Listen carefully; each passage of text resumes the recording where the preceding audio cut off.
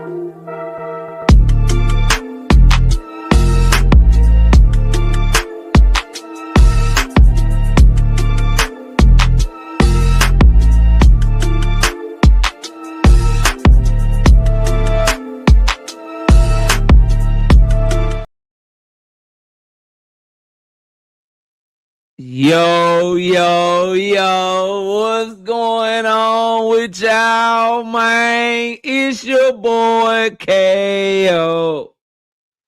It's your boy Knockout. It's your boy KO 86, Knockout 86, KO Boxing 86, Knockout Boxing, KO Boxing, whatever you want, call me. I'm live. I'm here. We back. Welcome to another episode of Knockout Boxing 86 TV. Share this live stream.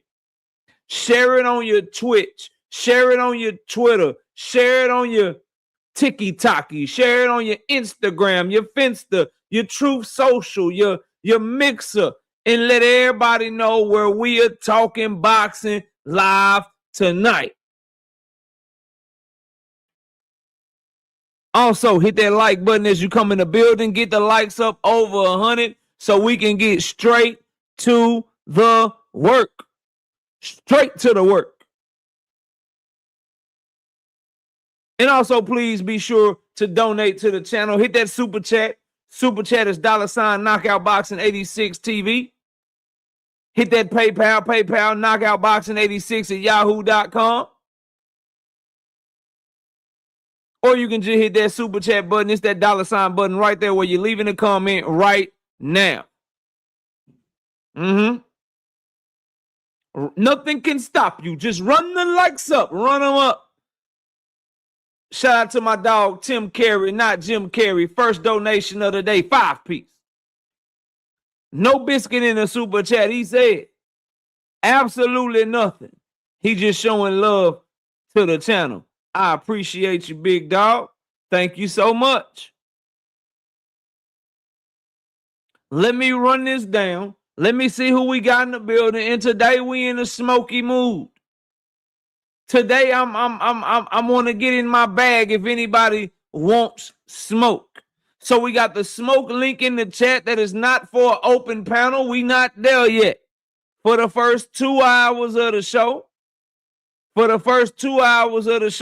If you want smoke, that link is for you. If you got a problem or you disagree with something that I've said, that link is for you. I'm in a smoky mood. So anybody that wants smoke, anybody that got a disagreement, whether you got a channel, whether you don't got a channel, You know what I mean? Whether you a big channel, small channel, give a fuck if you got 3-4 people in your chat. If you don't like something that you heard me say in a video, if you don't like something that you heard me say in a live stream, now is your time to get on the main stage.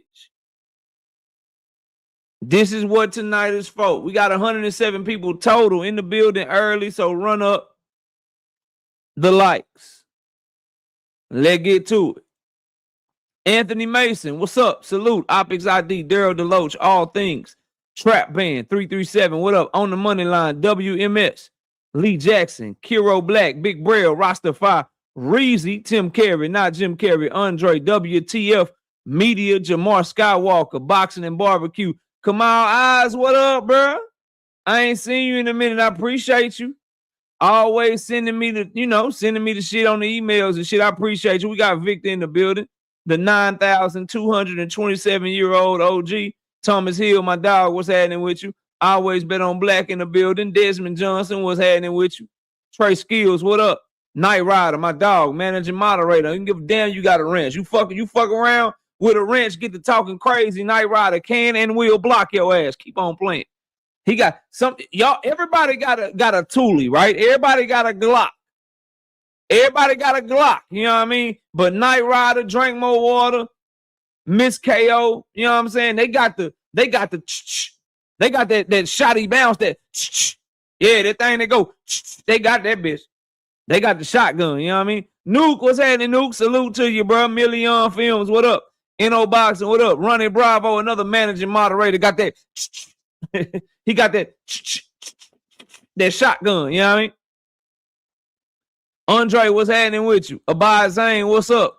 Taekwon Holmes, what's good with you, bro? Al the Pal, what up? Jamar Skywalker, what's good? SBG. Mello, Boxing King, what up?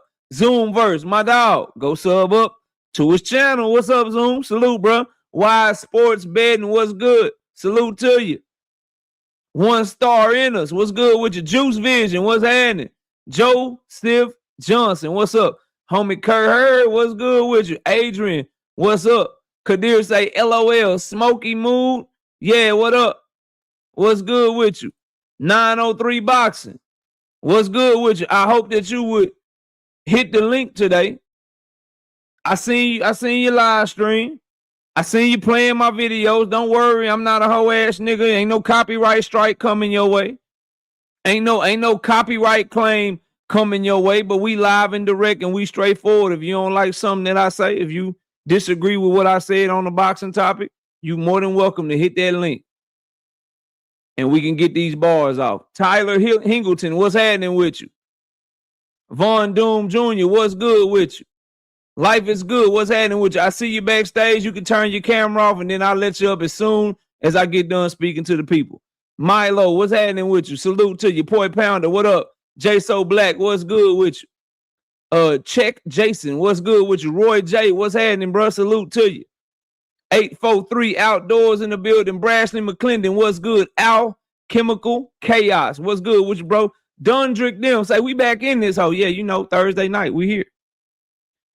We working.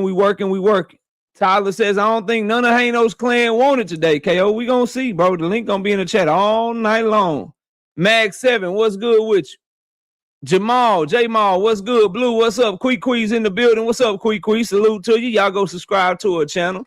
She over there cooking, doing her thing. What's good? Javon, and she'll be live tonight around like 9:30 or something. So y'all go check out Javon 856. What up? Trey W 234. What's happening with you? And I think that's everybody. We got somebody backstage. If y'all get the likes to 100, we can get the show started. I need my likes to 100. Swoosh Life, what's good? Salute to you. I need my likes to 100, then we can run it. That shit, I be rhyming without even trying, y'all. I be rhyming without even trying, bro. Once we get to 100, we can run it. Sure can. We got 135 total in the building. Y'all know where the likes need to be. Let's get there. Miles, let's get a like check going.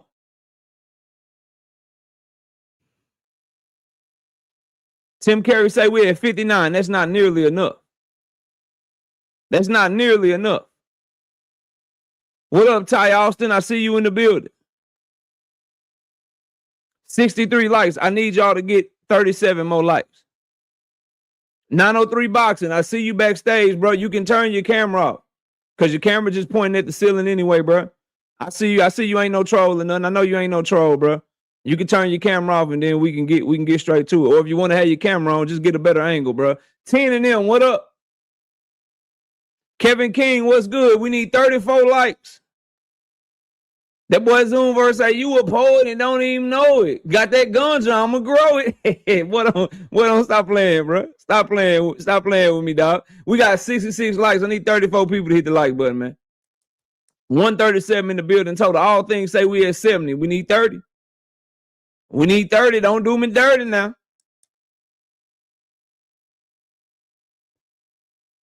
Kurt Hurd said y'all gonna mess up his live watch. He be working and shit. He usually catch playback game. He usually on the playback game, but he watching right now. Y'all fucking up the vibes, bro. Y'all always be like, KO, don't nobody disagree with you. Don't nobody want no smoke. Don't nobody. Well, we got somebody backstage that disagree. They want to have a conversation, and y'all acting like y'all don't want to hear the shit. Y'all acting like y'all don't want to hear it. You know what I'm saying? Boxing say, my bad, boxing and barbecue. My bad, dog. My fault. My bad, bro. My bad. I ain't mean to make you sad. I thought when I start rapping, that'll make you glad. Now don't make me put your ass in the body bag. Hold up, boxing and barbecue. Chill out now. Chill out now. What you talking about, bro? We got 79 likes. I need 21 more people to hit the like button, man.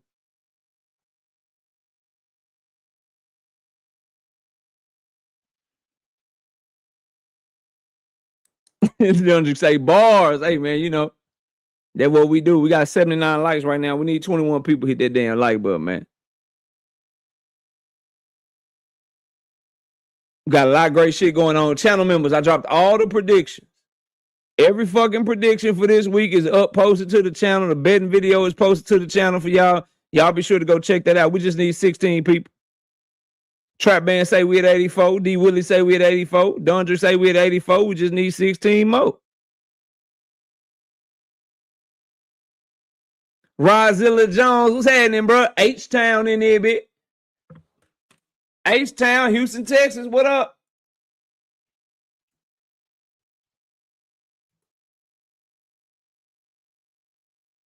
$85.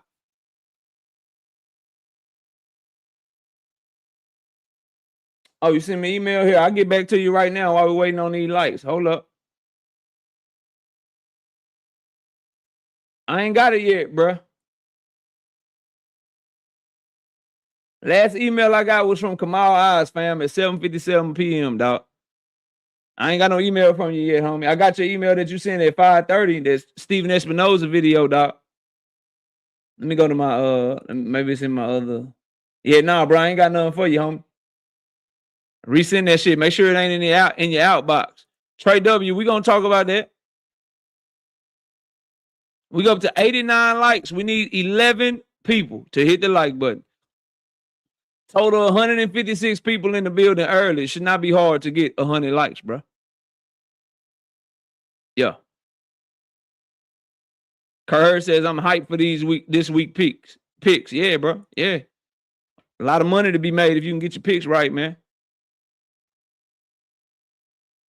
Appreciate your patience backstage 903 Boxing. I just gotta get the like check done. Then we gonna bring you up, bro. Appreciate you being patient. No evidence. What up? I see you, bro. Hit the likes.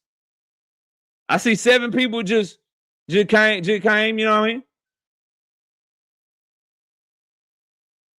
97. Okay, 3 people.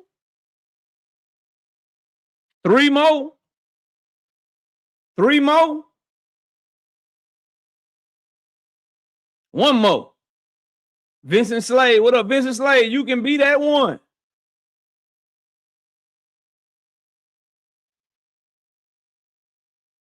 $101. There we go. 903 Boxing. What's up? What's good with you, man? I'm chilling, fam. Well, so I caught your video. I said something that made you rubbed you the wrong way about something. Let's chop it up on this boxing, bro. What's good? Well, first and foremost, I want to let it be known. I didn't mean no disrespect. I don't know if you took it that way, but I didn't. It's all love, bro. It's just a boxing. It's just a boxing Okay. conversation. Yeah, no. Because I was telling people in my chat, and when I was going live, my comments cut off, so I couldn't. They were telling me when I went live again that your comments, but I didn't ever see your comments, and I was just telling people in my chat, hey man, tell them it wasn't no disrespect. I just disagreed.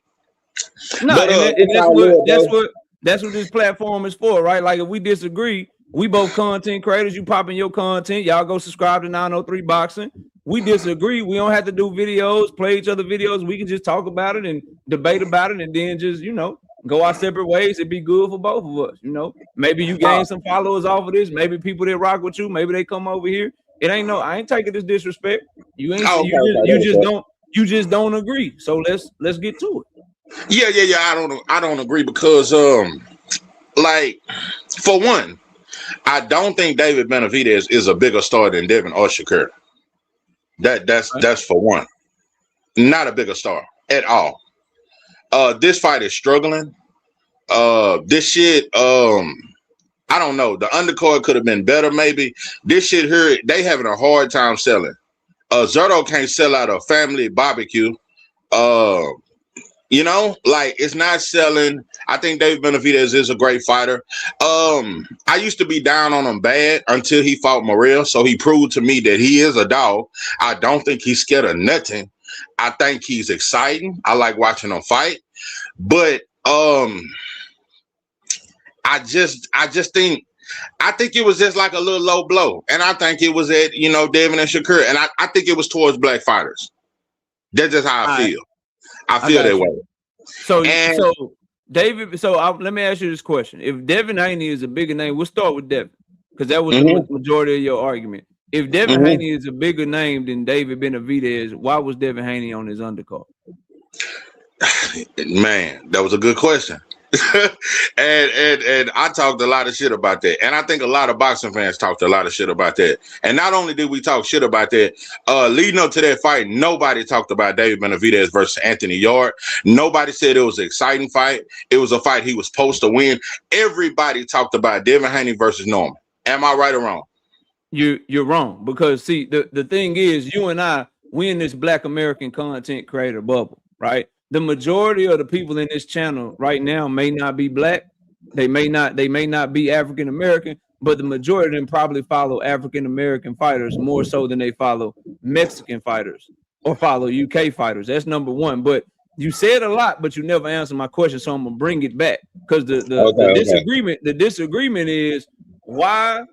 The disagreement is Devin Haney is a bigger star than David Benavidez. And my question is, if he's a bigger star than David Benavidez, how did he end up on David Benavidez's undercard? Because that ain't my opinion. That ain't your opinion. The people that put on that card, Ring Magazine, Riyadh Season, the promoters, the network, the zone, the people that put on that card, they look at David Benavidez, they look at Devin Haney and said, we want David Benavidez to headline. If Devin Haney is a bigger star, how was he on the undercard of David Benavidez?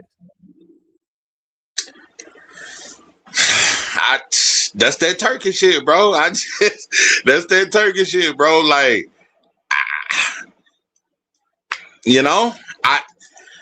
number one, I just don't see it, bro. Devin versus Regis, he put 16,000 in the arena. It was just something I don't agree with. I don't agree with David Benavidez being a headliner. I mean, I get it. You make a valid point that him being a headliner. Okay, how can you say Devin a bigger star when he was on the undercard? And I talked a lot of shit about Devin. I'm like, bro, why would you get on the undercard of David Benavidez, especially if he fighting Anthony Yard? I get it. It was a bad look. It was a bad look, bro. That shit was a bad look. But everybody was talking about Devin Haney versus Norman. And a lot more. Devin Haney got a lot more traction, in my opinion, in terms of conversations on YouTube and Twitter than David Benavidez. But conversations on YouTube and Twitter don't make you a bigger star. Ryan Garcia has more followers on social media than Gervonta Tank Davis, who's the bigger star in real life. That's not what matters. And then since there's really no answer for the David Benavidez, Devin Haney undercard point, if Devin is a bigger star, when people have the opportunity to watch Devin's last fight for free or watch David Benavidez's last fight for free, Who's getting more views right now on their fight? David Benavidez. So Okay, but so let's sum this up. David Benavidez was the main event, and Devin Haney was on his undercard. David Benavidez has more people willing to watch him fight than Devin Haney has willing to watch him fight right now. But Devin is a bigger name than David. How? Okay, check this out, bro. I'm just gonna give an example. Like I can't argue with your point. You, you put me in a bad motherfucker. But that's why I ain't want to debate your ass. I knew I was gonna win, but just let me talk a little shit. What I'm trying to say is, bro, it's just like when Errol Spence and Terence Crawford fought each other. This just an example. And Pitbull was on the co-main. Imagine if everybody were talking about Pitbull and his fight over Errol Spence versus Terence Crawford. Or just like that's fucked up, bro. I get it, you're the main event, but more people is talking about the co-main than the main event. Can you agree with that? Can you agree that more people was interested? I've already agreed, but just more people talking, more people talking about you don't make you a bigger star. What makes you a bigger star is what is your actual draw. So more people talk about Devin Haney. A lot of that has to do with his daddy. A lot of that has to do with the channels that support him. They keep him out there in the algorithm, so he gets talked about a lot more, which is okay. He's talked about more than David Benavidez, but David Benavidez, from the moment he started main eventing, he ain't been back down on nobody undercard. David Benavidez, when people have an opportunity to watch his fights, more people watch his fights than they watch Devin Haney fights, bro. That's just what the facts. That's just what the facts. I don't know about that, bro. And then the point you made about more people watch David Benavidez than Devin, bro.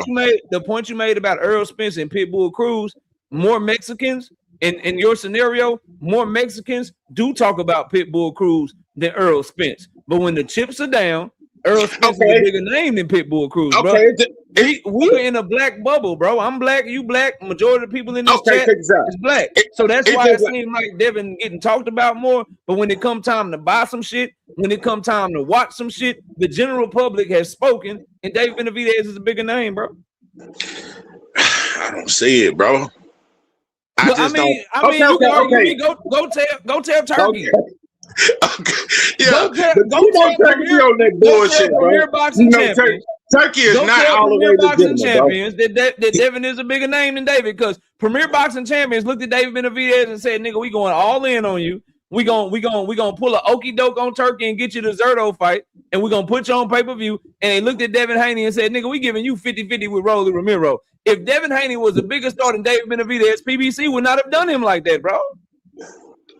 Oh man. So are you saying that David Benavidez is a bigger star than Devin and Shakur, or are you saying just Devin? I think he's a bigger star. Because I think Devin and Shakur are a bigger star. I think he's a bigger star than Shakur Stevenson too. No, bro. Yeah, 100%. Bro, no, bro.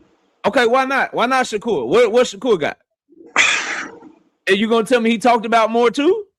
Yes. You gonna talk to me about his YouTube? And not only that, bro. Devin and Shakur are in divisions where there's hotter names too, bro. Ain't nobody, bro. Like, it's just this David Benavidez. What y'all talk about later. Ain't nobody finna throw no kickback for this shit. Ain't nobody finna make no rotel deal and get the wings in the flat for no David Benavidez versus Opataya or no Zerto. Ain't nobody throwing no party for that shit, bro. What you mean? Man, ain't nobody getting a rotel dip in the goddamn flats with the goddamn hidden nigga, they gonna be getting fajitas and cervezas, nigga. I know. They gonna be getting fajitas and cervezas, nigga. They got 130 million people in Mexico, my nigga.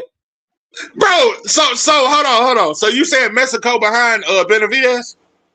Yeah. I thought Benavidez was Mexican and Ecuadorian. What about his other side? Mexico ride with David Benavidez heavy. His nickname. So you saying that Mexico is behind David Benavidez? Because if you ask me, I would say black fans, bro. He got way more black fans than Mexican fans. If you ask me, that's not true. Have you seen his? Go watch. So what I've seen, bro. I'll tell you exactly where to go, bro. I got you. I'll tell you exactly where to go. Hold on. Give me 1 second. I'll tell you exactly where to go, bro. And you I can ain't see this seen shit. Mexican fans checking for him like that, bro. They I chose got Canelo. you. I got you. Go watch his fight with David Morrell. Go watch his fight with Alexander Vosnik. Go watch his fight with Demetrius Andrade. All of those fights was in Las Vegas. Go look at the crowd of those fights and tell me he ain't got Mexican fans, bro. Not saying he ain't got Mexican fans. They show up to his fights, dog. They show up to his fights with the Mexican flags, bro. Cheering for that nigga, man. Okay. When it came to Canelo and David Benavidez, I think that's the biggest reason why Canelo didn't fight him, because Mexicans did not get behind David and say, bro, Canelo, you got to look at him. I seen black fans do that. I seen the boxing world, but I seen mainly black fans do it, bro. Got behind him. The Mexican star fighters from the past got behind him. Everybody was calling for Canelo to fight motherfucking David Benavidez, bro. They still calling for it to this day. So you saying Mexican fans held David Benavidez, held Canelo accountable and demanded that he fight David Benavidez? Every Mexican fan that wasn't a diehard Canelo fan, yeah. You got to go to other places than just you got to listen to other platforms, bro. You only watching us, so you only getting half of the story, bro. I know you out there in East Texas, bro. You only getting half of the story, bro. Watching us. Yeah, that was my second home, though. No, for sure. Let me get this money, then I'll pass it back to you. Shout out to my dog All Things with the 5-piece in the super chat. He said absolutely nothing, just showing love to the channel. Shout out to Hunter on the Hunt with the 20-piece in the super chat. He says, how is that ninjas be waiting here before the live even begin? Probably watch every single live and know the criteria, but still will jump your ass in here and not just hit the like button. That's just lazy as hell. Like, that's right, Hunter. You talk to these niggas, man. We got 2 cents boxing with the $5.50 piece because she want a biscuit in the super chat. Folks love putting their favorite fighters in the Victim Olympics. Then we got wide sports betting coming through heavy, gifting 20 memberships to the channel. Let me see if she caught any lurkers, y'all. Y'all know we be looking for the sneak watchers, and when you gift the memberships, them sneak watchers get exposed. Let me see if we got anybody that got caught. They got caught with their hand in the cookie jar, man. Let me see. Oh, she probably gifted it from the other. Let me go over here right quick. Okay, yeah, nah, we ain't got no sneak watchers. We appreciate you, Wise Sports Betting. Thank you so much. If you got a gifted membership, make sure you tell her thank you very much. And then we got Foxy Brown with the 5-piece in the super chat with the super sticker. She said absolutely nothing. She just showing love to the channel. We appreciate you, Foxy Brown. Thank you so much. Go ahead, bro. I'm listening, fam. Okay. Now, at this point, I ain't gonna say it was a stalemate, but nah, it wasn't no stalemate, dog. It wasn't no stalemate, dog. It wasn't no stalemate, dog. You know, it's okay, dog. It's cool, dog. It wasn't that. Look. It wasn't that. Hey, but let me ask you this though. Yeah. Oh, okay. Now my other problem I had with you, and I still don't think David Benavidez is a bigger star than Devin Shakur. Just don't believe it. You just don't have an argument strong enough to continue that conversation. Sometimes in church you have a stalemate, bro. It's okay. It's a stalemate when you can't answer the question. Hey, nobody won that. Nobody won that. Hey, but this is my other problem with you, bro. What's your other issue, bro? This is my other problem with you, bro. Go ahead. Man. The whole thing that Devin and Shakur and don't nobody want to see that, bro. Let me tell you this. This is my problem. I said in my live, bro, Tank is damn near no different from Devin and Shakur. He just got power. He just got power. He fight the same way. He used the sweet science. He boxed. He used his legs. He was on the back foot against Pitbull Cruz. He was on the back foot against Lamar Roach. He was on the back foot against Rolly. He just has more power. He boxes, bro. And a lot of people tried to say Pitbull, Tank was boring against Pitbull and he ran and all this and that. No, it's boxing, bro. It's boxing. And another thing, that's these mainstream promoters trying to promote this rock'em and sock'em shit. And we ain't always got to ride with that. And I'm gonna give you an example. What's the boy name? Amari Jones, 154 straight out of Orlando, Florida. His last fight. I made a video about it. And I said, bro, black fans are being convinced that we don't like the sweet science no more. We just want to see knockouts and rock'em sock'em shit. That motherfucker, Amari Jones fought a beautiful fight, and he fought a Mexican that had like 23 wins with 22 knockouts. He had a lot of losses, but the whole fight, he's just waiting on the counter. So what I'm finna do, box this motherfucker. Yeah, he played it safe. He didn't really go for the kill, and after the fight, they were just like, well, why you didn't go for it? Because I know he's looking for that one big punch. If I got all the advantages, why should I give you an opportunity for your one little bullshit ass counter? You get what I'm saying? Why should I have to give up my gifts? Why should I have to give up my athleticism? Why should I give up my jab just to please fans and say I'm a warrior? I mean, why? And the same fans turned around and shitted on Devin when he tried to walk down Ryan. They said it was dumb. He should have just boxed. So which one is it? Can we box? Is it boring? Or which is it? And Tank boxes. Tank is a boxer. I don't look at him as a slugger. He's a boxer that follows the sweet science. He has a high ring IQ. He just got more power. Right so around here's the difference. No, so here's the difference. You're wrong, and I'm explaining to you why. This is why you're wrong. The difference between Tank and those two fighters that you mentioned is that when Tank Davis sees that he got you, he turns it up. When they see that they got you, they coast and play it safe. That's the difference. No one over here dislikes the sweet science. No, hold on. Let me finish, bro. No one dislikes the sweet science. I love the sweet science, but I want to see you using your gifts, using your talents to show that you're going to beat the motherfucker ass when they don't belong in the ring with you. When Devin dropped Brian Norman Jr. in the second round and he hurt him, to everybody's surprise, he should have been beating that motherfucker up like he did Kambosos. He didn't stop Kambosos, but he's like, oh, nigga, you ain't got nothing for me, bitch. Right hand, left hand, jab, nigga, counter punch, nigga, I'm fucking you up. Shakur Stevenson, when he saw Jamel Herring had nothing for him, I'm turning up, bitch. I'm beating you up, and they gonna either stop this fight or I'm beating you up for 12 rounds. But then Devin will give you a Brian Norman Jr. He'll give you a Jose Ramirez, where you can look at the fight and see the difference and be like, yo, Devin should be doing this nigga way worse than what he's doing. Shakur Stevenson will give you a motherfucking Edwin De Los Santos. He'll give you a Nakathila. He'll give you a team of Lifu Lopez, where you like, yo, you were catching this nigga so easy with this jab. Where the shit at coming behind it? The difference with Tank Davis is, yeah, I'm gonna box you, but bitch, once I get your timing, once I start connecting on your ass, once I figure you out, bitch, I'm beating you the fuck up. And if I gotta take one every now and then to get my shit off, I'll take that shit because I'm coming to get your ass. Tank don't like getting hit like that unless you ain't got no power. Tank don't. Hey, but let me say this. Now, when Devin fought Norman, I went live for that fight, bro. And I predicted that fight perfectly. While everybody was talking about Devin, we're gonna look. I said, bro, Devin gonna drop him. He gonna hurt him, and that shit gonna be easy than a motherfucker. Y'all going out there with mirror. I said shit gonna be easy. Now, when the fight happened, the whole fight, bro, after he dropped him, I'm like, bro, Devin, step on him, bro. What is you doing? I'm like, step on him. Have you ever you watch all the Tank fights? Yes, every fight. All right, so when you see Tank Davis hurt somebody or catch somebody, have you ever been yelling at the TV? No, but listen, bro. Bro. You started off telling me. You started off telling me. Hold on, 903. You started off telling me, bro. There is no difference. Now you're admitting that there's a difference, bro. Hey, dog. Okay. I said they fight very similar. It's just Tank got power, but I left something out. Tank got more of a killer instinct. I do. Him and Boots, and Abdullah is my favorite fighter right now. More killer instinct, and I love that. I love fighters that don't play with their fucking food, but I also respect fighters that box, can fight a disciplined fight. I can't down you, bro. It's just like with Shakur, bro. He walked T.O. down the whole fight. He walked the bigger man down, the so-called bigger puncher. I thought he could have got him out of there, but also T.O. was waiting. Distance control and kept him at the end of his jab and made the shit easy.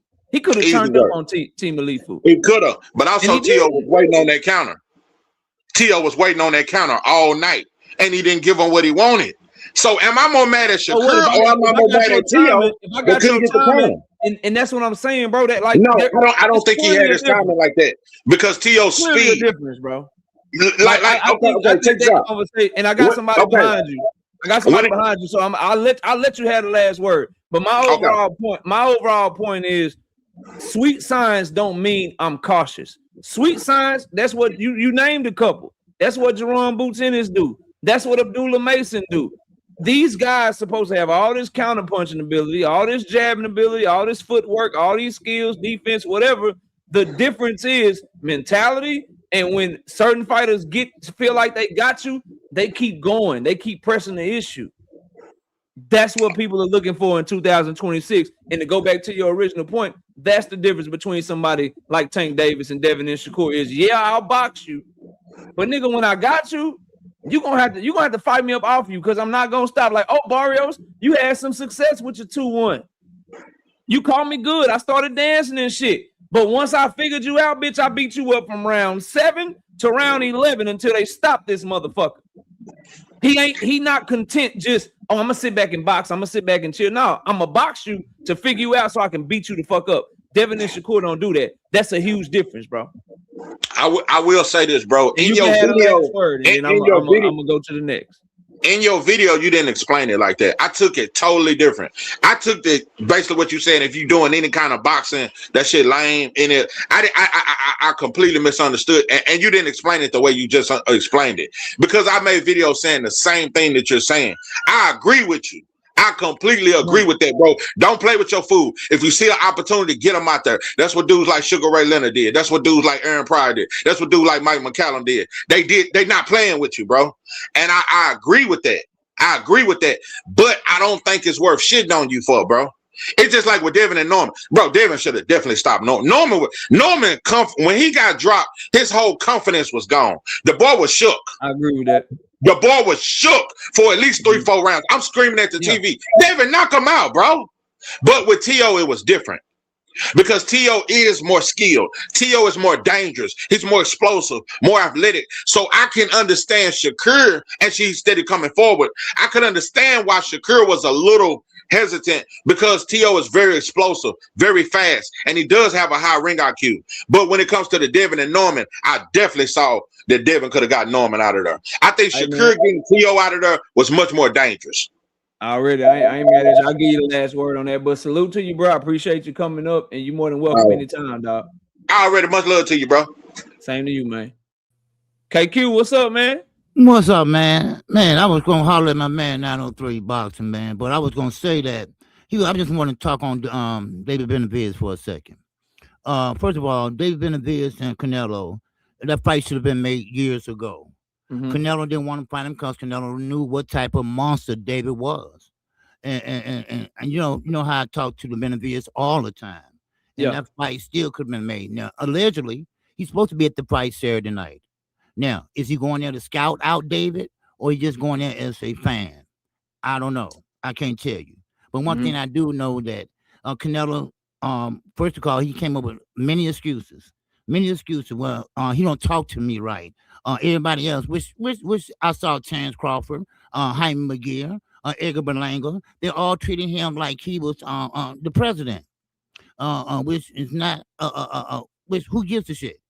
But David Benavidez is one of them throwback fighters that we want to see today. Yes, we do like to see the boxing skills. We like to see boxing and power. No, Devin don't have no power. He knows that, so he's not gonna go into a dangerous situation because he just don't have the power. And that's why he blows up so much after he weigh in.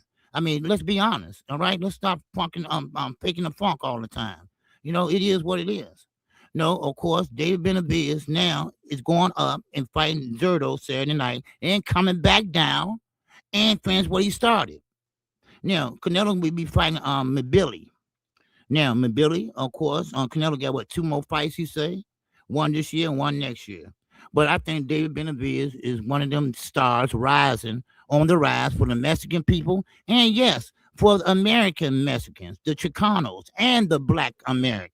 So that's a fighter for everybody. He's a new, I could say, maybe different Oscar De La Hoya. Remember Oscar De La Hoya? Well, you probably don't. When he first came out on the scene, everybody loved him because he was a Chicano. He was a Mexican American. And they loved him. Even the black people loved him.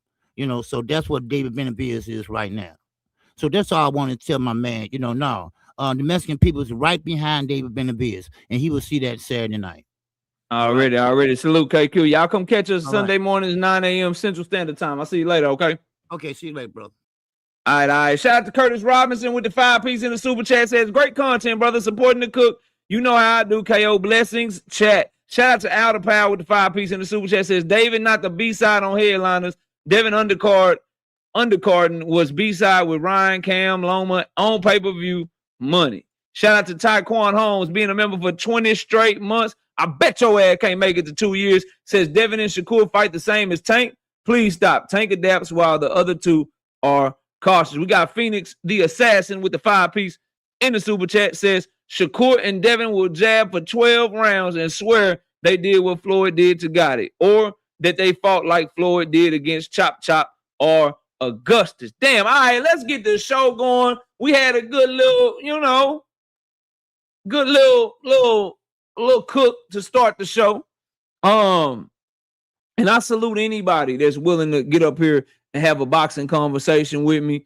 And unlike other niggas, when people use my content or they disagree with something that I say, all I ask for you to do is being willing to stand on it and let's have a conversation in if you disagree. And that's exactly what he was doing. So y'all go check out 903 Boxing. And he over there putting in work, and I respect it, and I respect the fact that he was like, oh, all right, bet, bro. I'll come over there and I'll say the same thing to you that I'm saying on this video. And I appreciate anybody that's willing to do that, because as y'all know through my history, as y'all know through the different things that have happened on this channel, y'all know everybody ain't willing to do that. Y'all know how niggas get, man. So salute to him for that. Shout out to Brian King B. Falcone being a member for a month. He said, what's good, KO? In chat, what's good with you? This nigga talking about stalemate, man. You crazy as hell, man. You crazy as hell. That was a body bag, a light body bag too, dog. I didn't even have to get off of first gear, bro. Like I'm not even running. I was just walking. You didn't have an answer for the very first question, my nigga. Ain't no stalemate. Ain't no shout out to East Texas, Longview. You know what I mean? Tyler, Texas, salute to Marshall, Texas, all that shit. Salute to the whole 903, but nigga, you bugging. You bugging. Milo, what up, bro? All right, let's get to the show, bro. Let's get to the show. David Benavidez getting clout chased by Canelo Alvarez right now. David Benavidez getting clout chased by Canelo Alvarez right now. That shit sound crazy, don't it? That shit sound wild. Eugene Johnson, what up, bro? Salute to you. Let me explain to you how this boy do to Devin Haney. Do to Devin Haney. Y'all know how Devin used to get down, bro. Tank Davis have fight week. Devin like, nigga, I'm going to do a media workout in the same city at the same time. Y'all come see my media workout. I'm from nigga, what? Tank Davis fight week, nigga. I'm doing the media workout, doing the fight week and shit. Oh, Tank Davis fighting Hector Garcia, nigga. I'm finna drop this sparring footage to show Hector Garcia, nigga. Let me show y'all me sparring Hector Garcia. Let me grab some clout off this shit. Canelo Alvarez doing Cinco de Mayo. Said, nigga, oh, David Benavidez fight week, nigga. Let me go ahead and announce this Christian and Billy shit. Let me go ahead and announce this Christian and Billy fight real quick. Let me take some, let me get some of this Cinco de Mayo shine on me and shit, man. I see you backstage. Give me a second. Let me get some of this Cinco de Mayo shit in me, man. Let me announce my fight doing motherfucking David Benavidez fight week. It ain't no fun when the rabbit got the gun, is it? It ain't no fun when the rabbit got the gun. You fighting Christian and Billy in Saudi Arabia and don't nobody give a fuck. This fight been done. This nigga waited on motherfucking David Benavidez fight week to announce this shit. Ain't this a bitch? Ain't that a bitch? Shit crazy how shit work out, ain't it? Shit go crazy how shit work out. Now you using his fight with Zerto to let the people know that you fighting too. They all already paying attention to the Mexicans in the boxing world. Let me announce my shit too. Nah, it's on ESPN here. I'll show it to you. I got you. Don't worry. I don't do the capping. I don't do the capping. You know what I mean? I don't do the capping. There you go. Canelo Alvarez to face Christian Mbele in September. This is on ESPN. Andres Hale, the nigga that took Mike Carpenter's job. Tiz official. All right, y'all give me a second. Julian, what's up? What's good, KO? You hear me? I can hear you loud and clear. What's up? Nah, I wanted to ask about that Tank versus Kid fight, Kid Austin. What's your question? I think you made a video saying, basically making a video like nobody would want to see that fight. But when Shakur about to fight that dude, wasn't that a big fight? We all talking about it, right? Shakur Yeah, versus Kid Austin. we were talking about it, but it wasn't a good fight either. I'm saying, so you'll rather see Tank fight Pitbull Cruz, who he beat with one hand, than Kid Austin, a young dude, explosive, Tank coming off a year layoff, older, getting older in age. Like I don't see how the Pitbull fight is bigger, but I don't know if I'll be more. Pitbull excited. is also a proven and better fighter than Floyd Schofield. Yeah, but I'm saying, but which one would be more excited? Like if Tank announced Pitbull Cruz, because we know that he can be more competitive. But how do we know? Tank beat him with one hand. Because Pitbull Cruz, if Tank Davis is not on his game, Pitbull Cruz can really give you trouble with that pressure, that relentlessness, that chin. He can be a problem if you ain't all the way on your game. He's coming off of a draw against Drawmon Roach. A lot of people feel like he beat Drawmon Roach. I'd rather see a former champion who's been sturdy, who shared the ring, who took Tank Davis's power. Well, now don't get me wrong, they both not good fights. So I'm not saying Pitbull Cruz is a good fight. I feel you. But Floyd Schofield coming off of Tevin Farmer, Floyd Schofield coming off of missing 2 fights because he pulled out of 2 fights. Nah, bro. Your best win is a nigga that got 8 losses in Terence or some shit. Nah, I'm saying, but we acting like Floyd is number 1 for Tank belt. He's number 1. So we acting like Kid ain't did nothing. Like he's number 1 for the belt. So he hasn't done anything. What has he done? What has he done in the sport? What has he done in the sport, bro? What do you mean? So you just said we act like he ain't done nothing. What has he done? I'm saying, so you gotta do something to get a Tank fight? I'm not saying that. I'm saying there's better opponents, and Pitbull and Drawmon Roach would be 2 of them. Abdullah Mason would be another one. Raymond Murataya would be another one. All them champions at 140 will be another. Gary Russell Jr. And that's another trash fight. Will be another one. It's so many fights better than Floyd Schofield, bro. I'm saying the same thing you said about Pitbull. His daddy is calling him a tune-up. Julian, did you hear what his daddy said? His daddy called his own son a tune-up for Tank, bro. But KO, Pitbull is a tune-up too. Pitbull is a tune-up for Tank. I don't disagree. He better than Floyd Schofield, though. We don't know because you know what he is. He confident. His Mexican fans feel like he won. If Pitbull and Kid fought, you wouldn't be like, oh, Pitbull about to knock him out. You wouldn't know who to pick in that fight. If Pitbull Cruz and Kid Austin fought, I would definitely pick Pitbull Cruz. All right, 100%, bro. All right, I'm saying the same thing you said about Pitbull. If Tank on his game, he can get caught. Kid can do the same thing. Kid is explosive. If Tank ain't on his shit, he can get caught. But Pitbull Cruz has a better chance of actually taking Tank Davis's punches, in my opinion. I don't trust. I saw Floyd Schofield get hit. I saw Floyd Schofield get hit by Renee Tellez, Jaron, and miss his goddamn stool because he was still shaking up. No, yeah, I feel that. I mean, but shit, if you want to name dudes getting knocked down, I think you going with. I think you going with because you ain't never. I think you going with because you ain't never. I think what you doing is, and I ain't got no problem with it. You just ain't never seen Tank versus Floyd Schofield, and you don't want to see him fight somebody that he fought. Yeah. I think that's your main. I think that's your main issue, bro.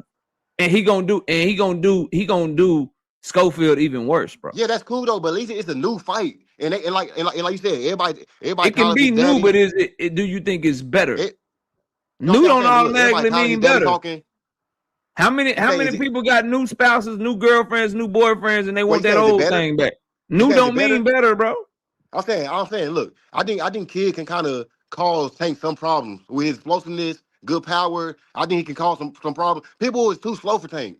Pitbull is slow with that high guard, throwing them wide ass hooks. He's not gonna catch Tank with that. Floyd, bro, Tank Davis is super fast, bro. He made Ryan Garcia look slow.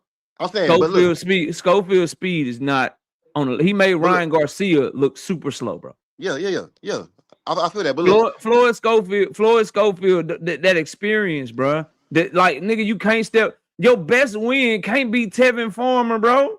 No, like yeah, you sure, can't like that. That can't be your best. So Pitbull. At least he been in there with Rolly. He fought do he gotta Drummond beat to get a Roach tank really, fight? really tough, bro. Like who at do he least gotta he beat to got get a some tank fight? seasoning in him, bro. Who do he got to beat to get a tank fight? Oh, he ain't got to beat nobody. If the WBA called the mandatory, Tank should fight him. It's still a trash fight, though. I don't want to see either one of them. I want to see Drummond Roach. I want to see Drummond Roach immediately. Immediately. That's what I want. But if you tell me Pitbull Cruz or Floyd Schofield, who do you think is going to give you a more entertaining competitive fight with Tank Davis? I'd pick Pitbull. I don't know. I think Tank is gonna box him. It's gonna be like everybody gonna be mad. Like Tank ran, he just boxed him. I think Pitbull. I think Kid and if Tank. You know anything about Tank Davis, Kid versus Tank, somebody get knocked out. If you know anything about Tank Davis and what he's dealing with, and when he has outside the ring troubles or whatever, when he comes back, he don't be coming to box, bro. Nah, yeah, I feel that. But look, KO, I think you understand. Like, I think looking at Tank last performance versus Lamont Rose, everybody was like, Tank gonna watch Lamont. The same thing you saying, like he gonna watch Kid. I want to see it though. Like I want to see Tank versus these explosive black fighters. And then when Floyd Schofield get in that bitch, and because you got like Drummond Roach to his credit, bro, and Pitbull Cruz to their credit, they went in that bitch and they fought Tank like they fight everybody else. Do you trust a 23-year-old who doesn't have the experience, whose biggest moment was stopping a 36-year-old fighter who already had 8 losses and been stopped multiple times? Do you trust that guy to get in the ring with Tank and not pull a Frank Martin? The press conference, Tank barking on that nigga.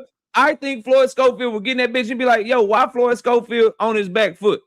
Why is this nigga running? And then the other thing, Floyd Schofield, in my personal opinion, studying and following the sport of boxing, I feel like, this is my opinion, I can't prove this shit. Yeah, go ahead. Feel like the last time he missed the fight is because he's struggling to make 135. That's a muscular kid carrying a lot of motherfucking muscle. And that's what I'm saying. Also, he a big ass dude. He bigger than Pitbull. You know who else was real? You know who else was real muscular? Yeah, Frank athletic. Martin. Yeah, I know Frank Martin. And had a tough ass weight cut. And Floyd Schofield hasn't been in the ring in a year. Yep. The same as Tank, and Tank is older. Pitbull just fought in December. Yeah, okay. All right, bro. If y'all want to see the fight, cool. I think they both trash. But if I'm gonna choose between trash and trash, give me the trash that's more proven. Don't give me the trash that's not proven or whatever, bro. So KO, you say you don't like Kid Dad. You wouldn't want to see Tank knock that nigga out and be like, all right, set your ass up now. No, I don't want to see fights because of how I feel about people's trainers. And I want to see fights. It's not a bad fight. I think it's gonna be good. He deserves to fight too. He is number one. So I want to see. I want to see my favorite fighter go get that Drummond Roach shit back. That's what I want to see. Yeah. I don't give a fuck about motherfucking Schofield daddy, and I want to see him get knocked out because his daddy be lying or whatever. Honestly, too, bro. Because I'm a fan of another guy. Honestly, Schofield is really Abdullah Mason work. No, yeah, I feel that. If you really want to know like some other shit too, like I feel like I don't want Tank taking food off of Abdullah Mason plate. Yeah, that's really Abdullah Mason work, bro. Yeah, Tank Davis need to be fighting Drummond Roach. Or if you're gonna do something and you want a little tune up or whatever, fight Pitbull Cruz. He need to be fighting Shakur Stevenson. I don't mind Tank fighting Abdullah because Abdullah is a champion or whatever. That would be hard for me to watch or whatever because they both two of my favorites. But that shit right there. So unless Schofield gonna be the mandatory, bro, if you telling me like a voluntary defense, fuck no. But if it's on some mandatory shit, then yeah, go ahead and make the fight over Pitbull. But if Tank if the nigga just get to choose between the two. Hell, let me ask one more question. Why we not pushing for Tank to fight Raymond Mortale? That'd be a great fight. That's the other champion. That'd be a good fight. I ain't mad at that. I'm saying why we not? I feel like people not pushing for Tank to fight him because to me, I think the fights people pushing for are Drummond Roach and Shakur, bro. No, that's why because it's people that you want to see him fight more. But at 135, I don't know if I want to see him fight anybody more than Raymond at 135. What you mean? You want to see him fight Shakur more at 135? I'm saying, is Shakur at 135 or at 140? he's supposed to be in negotiation with Raymond Murtalia right now at 135. But Raymond, And Shakur Stevenson said he's a natural 135 pounder and he want to come back to 135. I put money Raymond gonna move to 140 and fight him. Shakur I mean, I don't care about betting no money on what weight they fight at. I'm just telling you what Shakur Stevenson said, bro. Yeah, I'm saying that's cool, but I'm saying I feel like, okay, let's say Shakur don't get the fight. The best fight for Tank at 135 is Raymond. If he don't fight, if he don't get the fight, the best fight is Drummond Roach at 135. Yeah, okay, yeah. I agree with that. Yeah. So I got somebody behind you though, bro. You got anything else? No, yeah, you good. Appreciate it. Salute to Julian, man. Manager Marty, what's up, bro?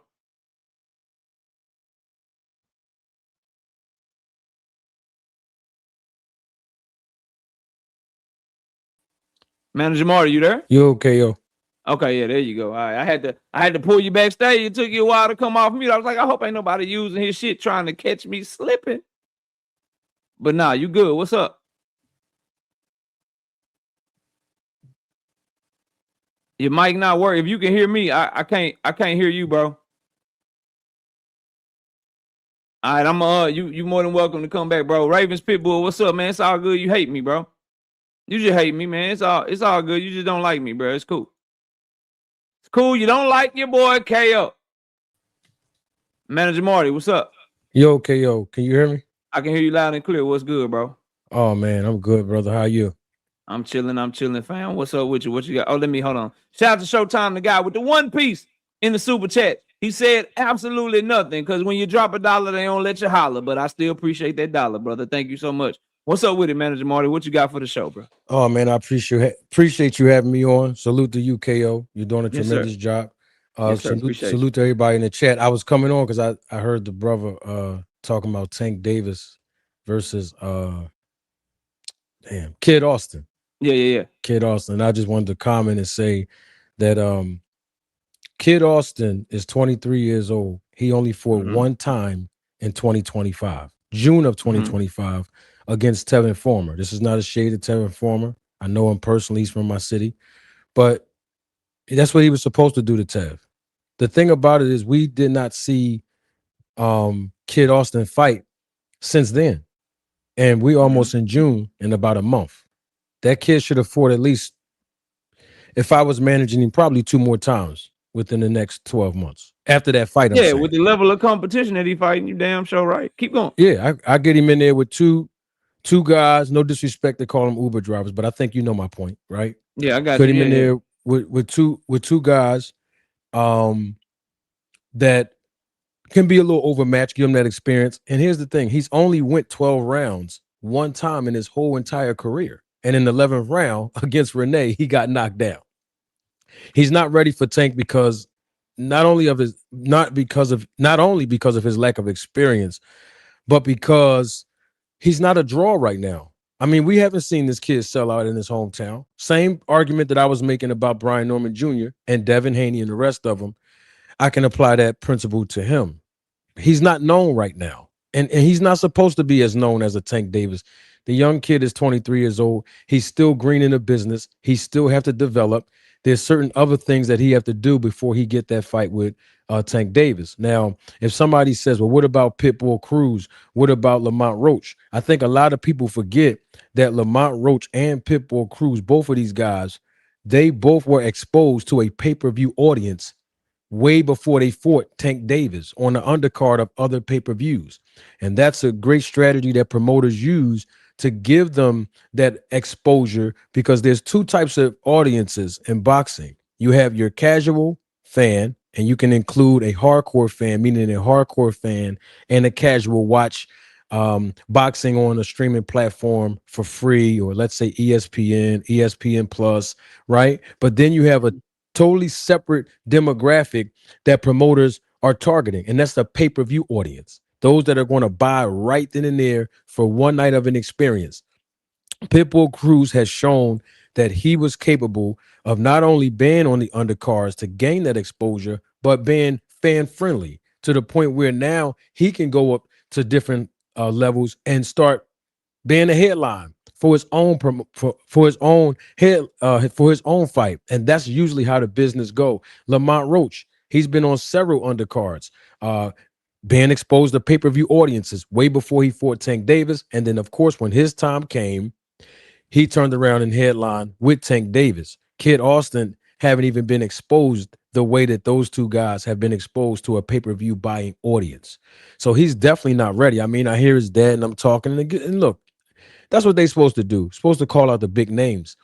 But I'm just trying to figure out why this young man haven't fought since June of last year, and he only went one round. So he really didn't even get enough rounds in to get that practice in, to get those punches landed on him, to absorb certain punches.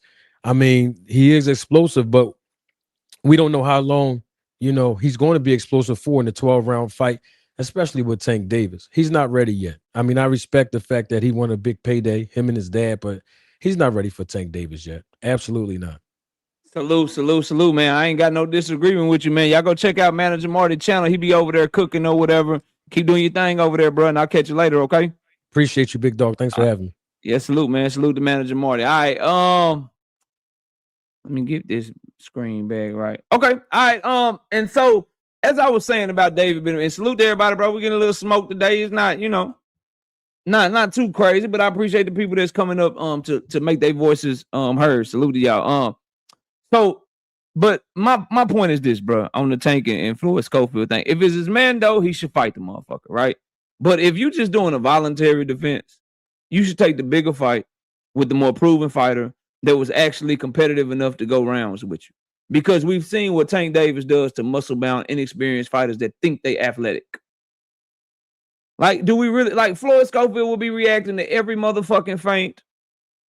He will be cutting a shit ton of muscle trying to make 135.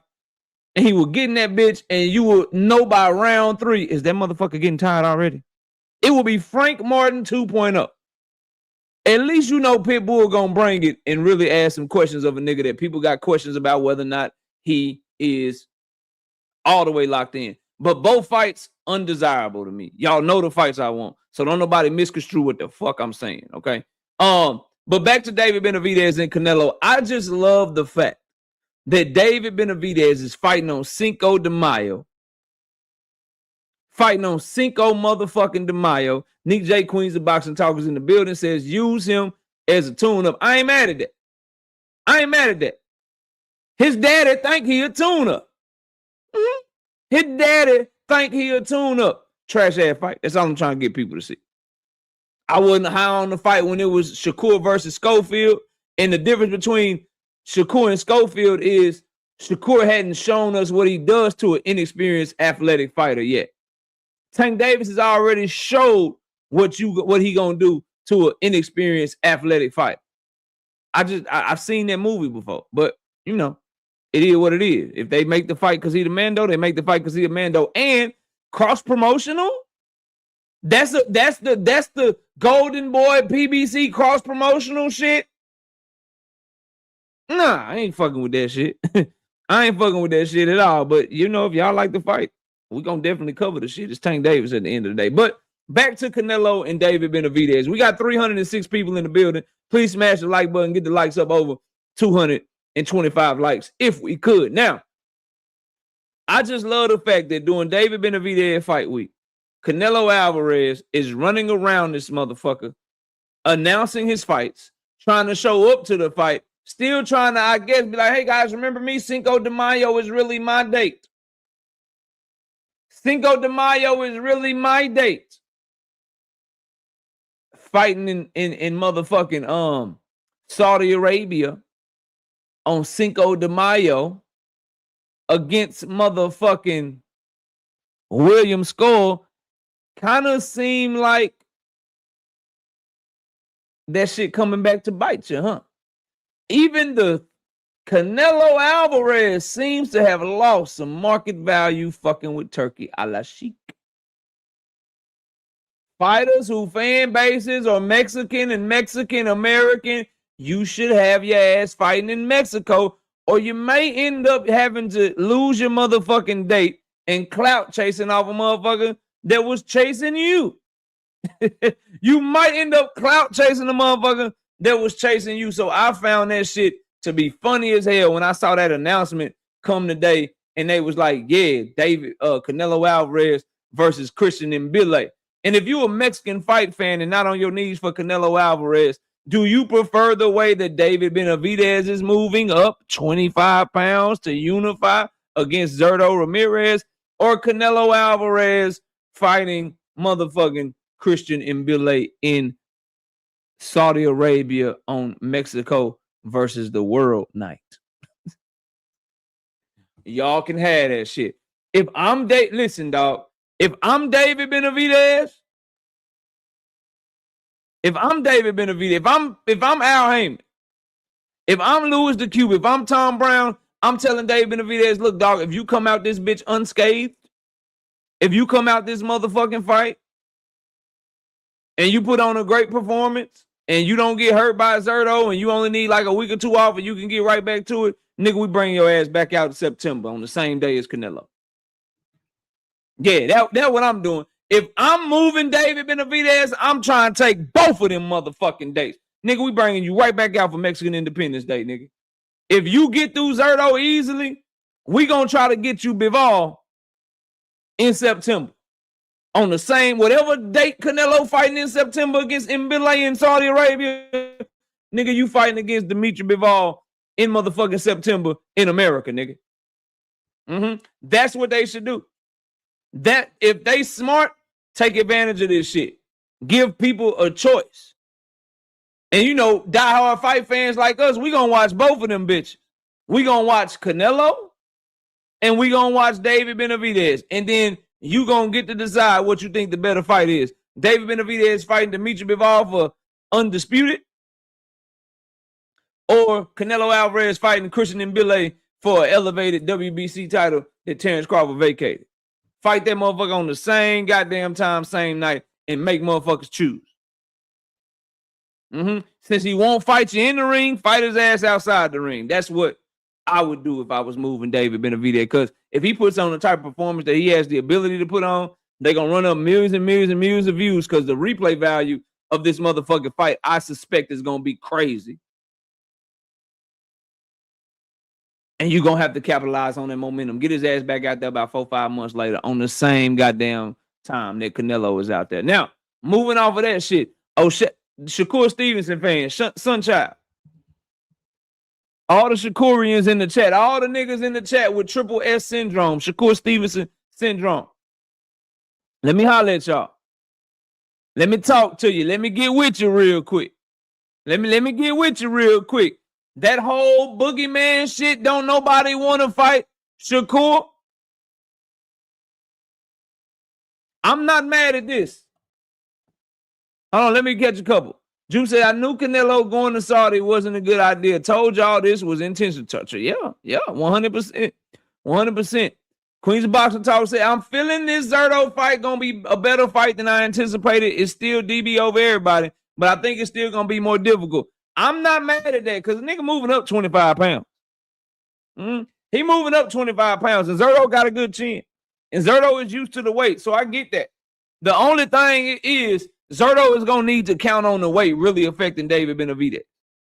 Zurdo is going to have to count on the weight slowing David Benavidez down. He's going to have to count on the size being a little much for David Benavidez for him to be competitive.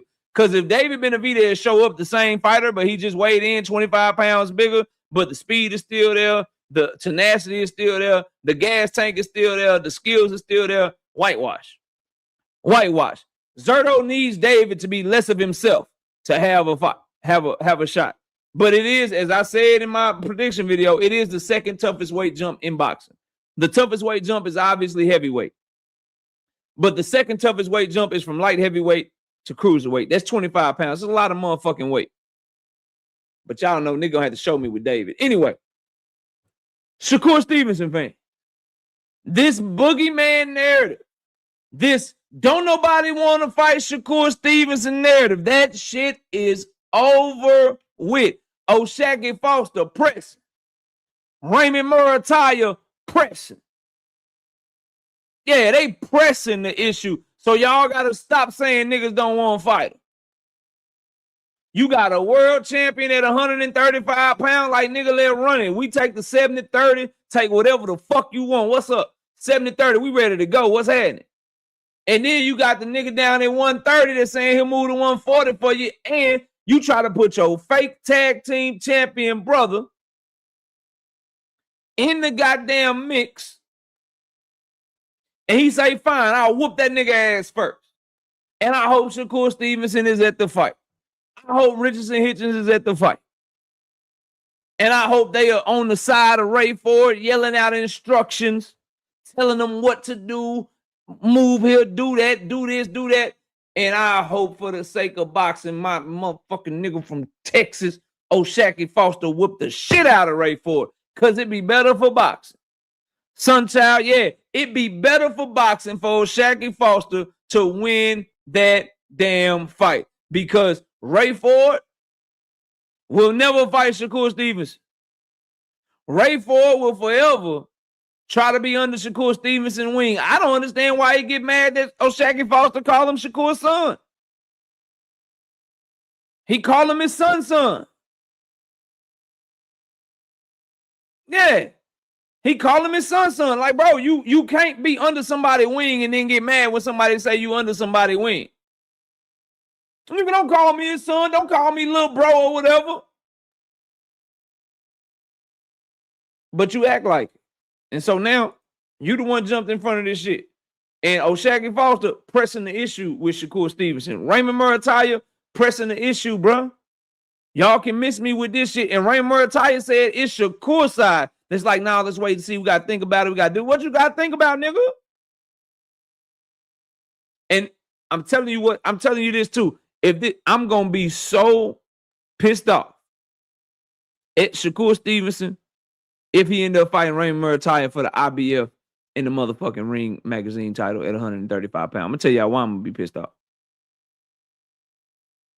Why the fuck didn't you just go ahead and pay the sanctioning fee for the WBC then? If you end up letting the WBC strip you just so you can fight for the IBF, I'm going to lose my motherfucking mind. I'm going to lose my damn mind. If your plan was to come down to 135 anyway, I've been saying this shit, why would you not just pay the shit to keep your belt? That is why I'm having trouble believing that he really want to fight Raymond Murataya. That's why I'm having trouble believing that he really won't smoke back down at 135. Because if you're true, see, I don't fuck Shakur words. Your actions is what dictate what I take serious. If you really want to come to 135, then why did you drop your belt? Because now you get the corner the fights you really want to fight. Oh, I really want the Tank Davis fight. You know how you corner a motherfucker? You gobble up all them motherfucking belts in his weight class and give him no choice. The calls for the fight get louder and louder and louder. I really want to fight Raymond Murataya. You know what you do? You keep your WBC belt. Now you and Raymond fighting for the WBC, the IBF, and the ring potentially. So my question is, why ain't his actions matching up? You coming back down to 135. Now you got a problem with 70-30? He need to fight that boy, man. He should have kept his WBC belt, but he need to fight Raymond Shakur versus Raymond. That's the Shakur Raymond, Tank Drummond Roach. That's my 135 motherfucking wish list right now for the middle of the year in the fall and shit. And then the winners, get it cracking. Shout out to Dundrick with the 5-piece in the super chat. He said, nah, why Bivol and Better Beef get to stay at 175 and never get asked to move up? They ain't going to challenge themselves ever. They should move up, but that's a tough-ass jump. That's a tough-ass jump. Think about history, bro. Sergey Kovalev stayed at 175 for as long as he could, and then he finally moved up to 200. He finally moved up to 200. Bivol, Better Beef, they stand at 175 as long as they can. That's a big-ass jump. Like, you got to understand, bro. It's different to be fighting Joe Smith Jr. for Bivol and Better Beef to be fighting each other for titles. That shit different than fighting Jai Opataya for a motherfucking title. Them punches is a little different. Them punches is a little different, bro. That's why they staying there, dog. But Benny is a big ass dude. Benavidez ain't little, bro. He ain't little. That 25 weight jump, them boys trying to be smart. They gonna keep sucking that shit down, man. They gonna keep sucking that weight in, making that weight and shit. Yeah, they gonna keep doing that shit. But they both about 5'10", 5'11". They don't look like big ass light heavyweights and shit. So, you know. But I get what you're saying, Dundra. You know, niggas be asking different things to different fighters and shit like that. But I want to hear from the Shakur fans, bro. What's up, man? Y'all boys gonna fight Raymond Murataya? Y'all gonna fight Raymond Murataya? Remember, he don't wait on nobody. He don't need nobody. He ain't waiting on nobody. He don't need nobody. He don't speak on people that feel like they need him when he don't need them. Well, you can chart your own path because there's some good ass fights. You can chart your own path. You can chart your own path. You want people to really believe that defense? You want people to really believe that motherfucking distance control? Nigga, out distance control and pot shot Shakur Foster to a motherfucking 10-2 decision. Sit out at distance with Raymond Murataya and pot shot him and outbox that motherfucker. Cause I don't care what y'all say. Y'all not finna tell me that the gap between Andy Cruz skills and talent and Shakur Stevenson is some motherfucking wide ass gap. Y'all not gonna get me to believe that shit. Y'all not gonna get me to believe that Andy Cruz counterpunching ability, boxing ability, lateral movement ability. You're not gonna get me to believe that shit is not right there. Right there. Yeah, it's right there. I don't give a fuck what y'all tell me. Shout out to my dog Sunchild, man. Sheffer Speaks, what up? But shout out to my dog Sunchild with the 5-piece. No biscuit super chat. He said Murataya talks confirmed. Should be a matter of time. And I really want Shaq to win. That's because you believe in Shakur Stevenson. I'm not mad at that, bro. What I'm asking is this, though. What else do they need to talk about?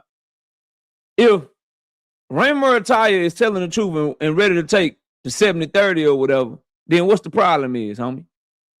What else is there to talk about? We got my dog Drink More Water in the building. What up? What up, bro? Salute to you, fam. What else do they need to talk about, Sunchild?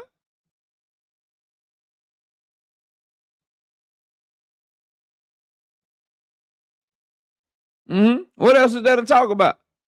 903 say he got Shakur beat Murataya 10-2. I thought Andy barely beat Murataya. I ain't mad at that. I think Andy Cruz and Murataya one of the fights of the year so far. Good ass fight. What I'm telling you is Murataya can fight. And if you just gonna stand in front of him and y'all gonna both, you know what I'm saying, try to fight at mid-range or whatever, he got hand speed, he got reach, he got some shit with him. Shakur Foster got some shit with him. D-Free, what's up, homie? And what I want Shakur fans to understand is the days of don't nobody want to fight Shakur Stevenson, that shit over with. The world is ducking Shakur Stevenson, that shit is over with, bro. It was never true, but that shit is over with. That shit is over with. 135 can get booming, bro. Anthony Mason say Stevenson in the driver's seat. He in the driver's seat with Murataya. He in the driver's seat with Shakur Foster. He's in the driver's seat with everybody at 135 pounds. Not named Gervonta Tank Davis. But then by driver's seat, it's really just people under the zone. And then really furthermore, in the driver's seat with who? Because who putting up money for him? Who is he signed to? What the fuck is going on with him? Crucial Content says Drawmont says he want that Kerr smoke too. They friends and shit. But I saw the interview. Let me pivot to Drawmont Roach too, by the way. He said he might start stopping motherfuckers. He said he might start stopping motherfuckers. He said Abdullah Mason, he said Shakur Stevenson, and he said Raymond Murataya. It's one name he didn't say.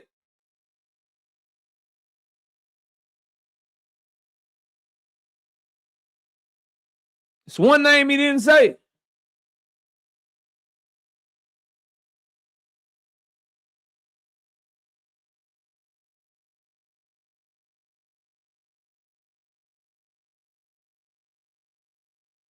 Let y'all think about who that is.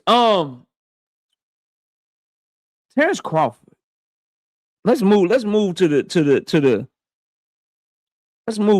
Terence Crawford. Say he end Jaron Boots in his career. He said he would have ended Jaron Boots in his career. And then I had a lot of bug. I went to Cam J. Salute to Cam J. I was at Cam J today. I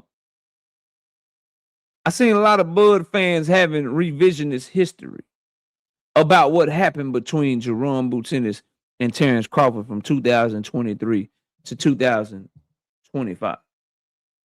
I saw that. And I want to talk about it.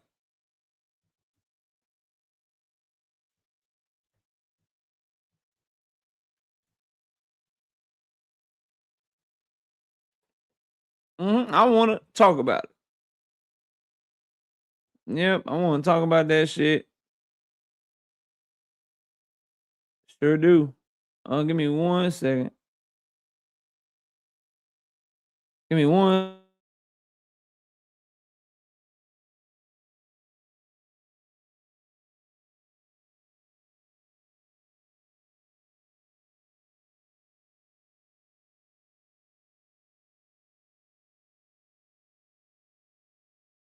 I want to start here. This is after Canelo. Back down to 154 and face Jaron Ennis, the guy who prepared Canelo Alvarez for this fight. Nope. I ain't going down 154. All right, so no, that's after the Canelo fight. That's after the Canelo fight. Give me 1 second. I had this other one.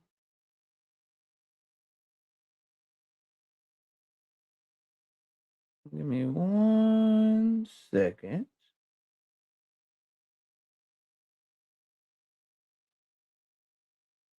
Here it is, right.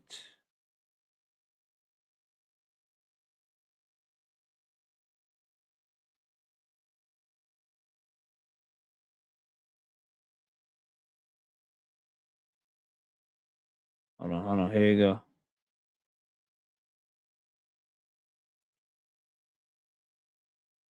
Here we go. Let's see what he said about 2 years ago. Right. Now that can happen because we have the same weight class, but at this point in time, I'm looking for bigger and better opportunities like Charlo. I was in the moment. I just thought to let him know that, I'm coming for him too. I really don't care for dude. Oh, you don't like him? I wouldn't say I don't like him because, I don't have no, reason not to like him personally. I just don't care for him.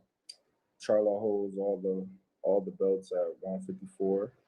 I hold all the belts at 147. I don't see nobody else on that level of Terence Crawford, Errol Spence, besides Canelo, and he fights at 168 plus. So I don't see me and him fighting. So I think 154 will be my max, given the age. I'm about to be 36. So that's him saying no to Boots in this right there, and that he wanted Jermell Charlo after the Errol Spence fight. See if I can find.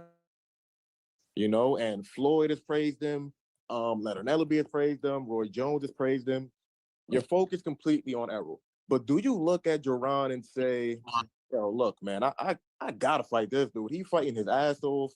Everybody praising him. That's a dude I need to fight. Maybe after the rematch.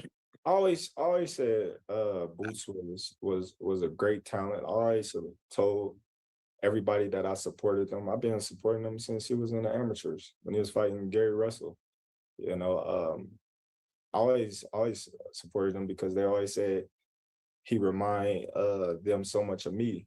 But seeing him, I kind of see myself in him. And yes, he deserved a title shot. He deserved it all, but his time will come. But right now, business is business.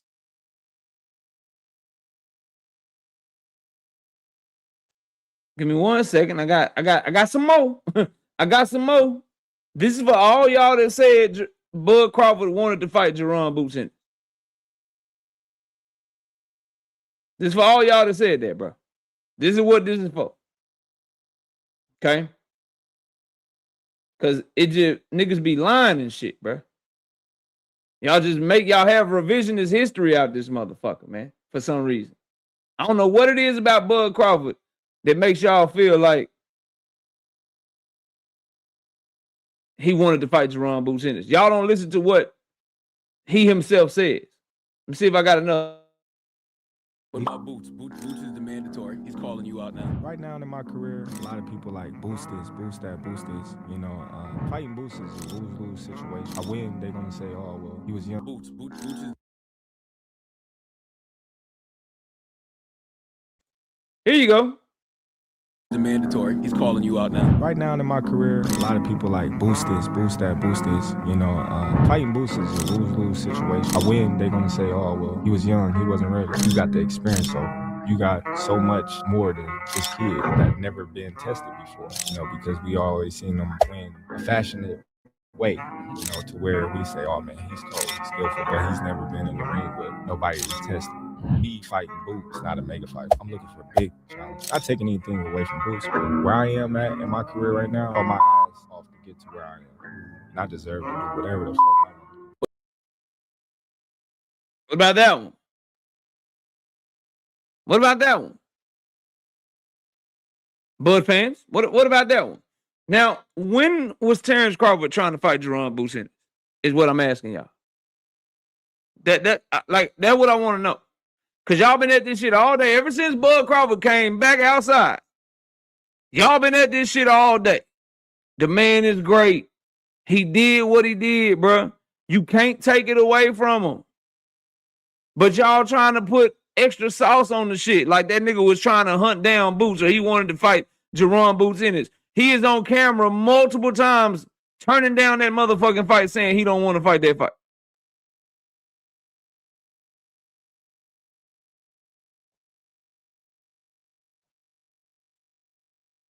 When BLK Prime called his ass, I was here the entire time. Give me a second.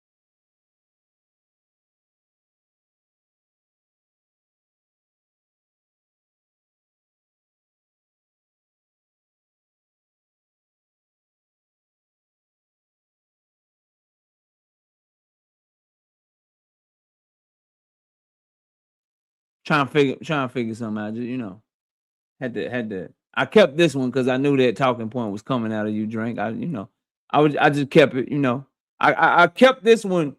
I kept this one. You know, ready for that type of point that you would try to make. You know what I mean? Like I was ready for that point because you try to make that point a lot. And I want y'all to understand, Zab Judah was the president of BLK Prime at the time.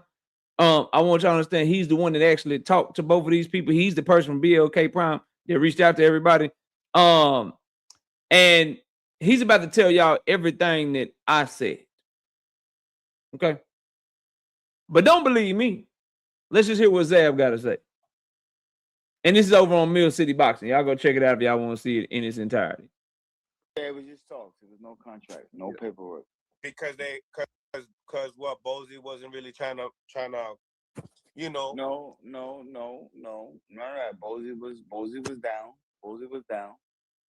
down. It's just, you know, just everything got caught up. You know, the other fight happened with Crawford. The Avenesian. Yeah, the Avenesian fight popped up. So then just business just like sidestepped, and then it just, you know. So it was like it was nobody that ever like ducked from nobody. Boots didn't duck, Crawford didn't duck out.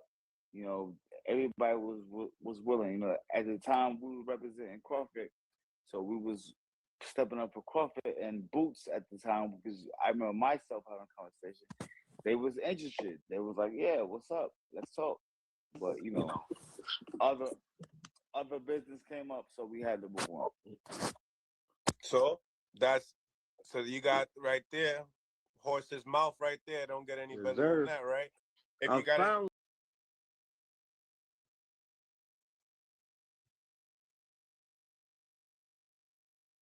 Link is in the chat.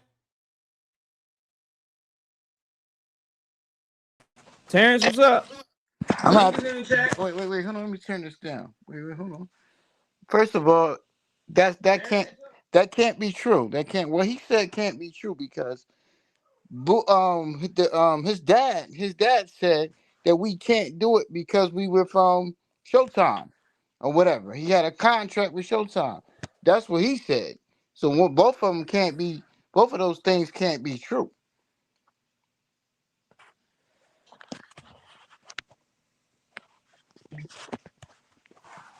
Hello?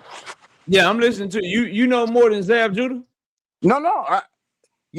I'm just going by what his pop said. Don't his pop want his pop know what was going on back then? Isn't that what his pop said? It seemed like his pop said they called us, asked us, did we want to fight? We said, yeah, we want to fight.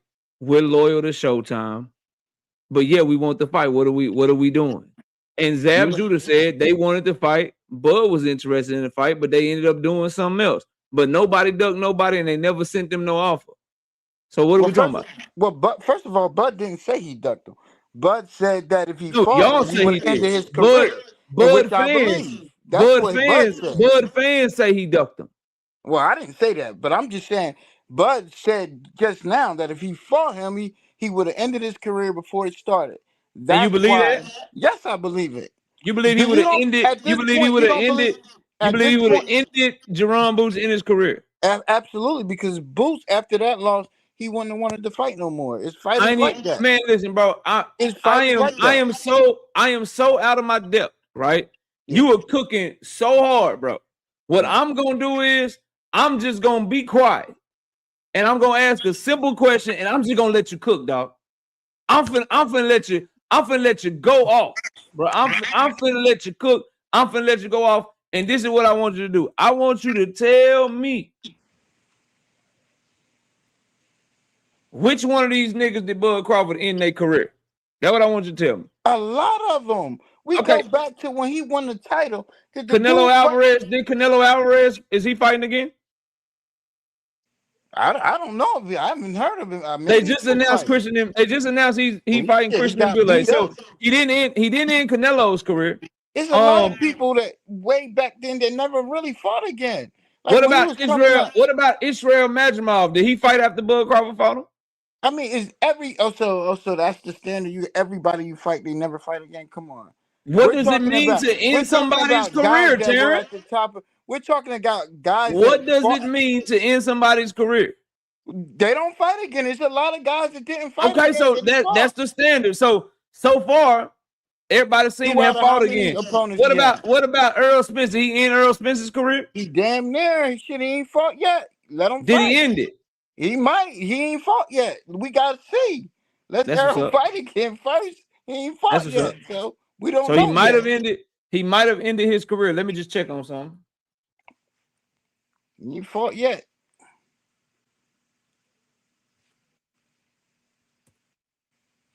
Give me 1 second.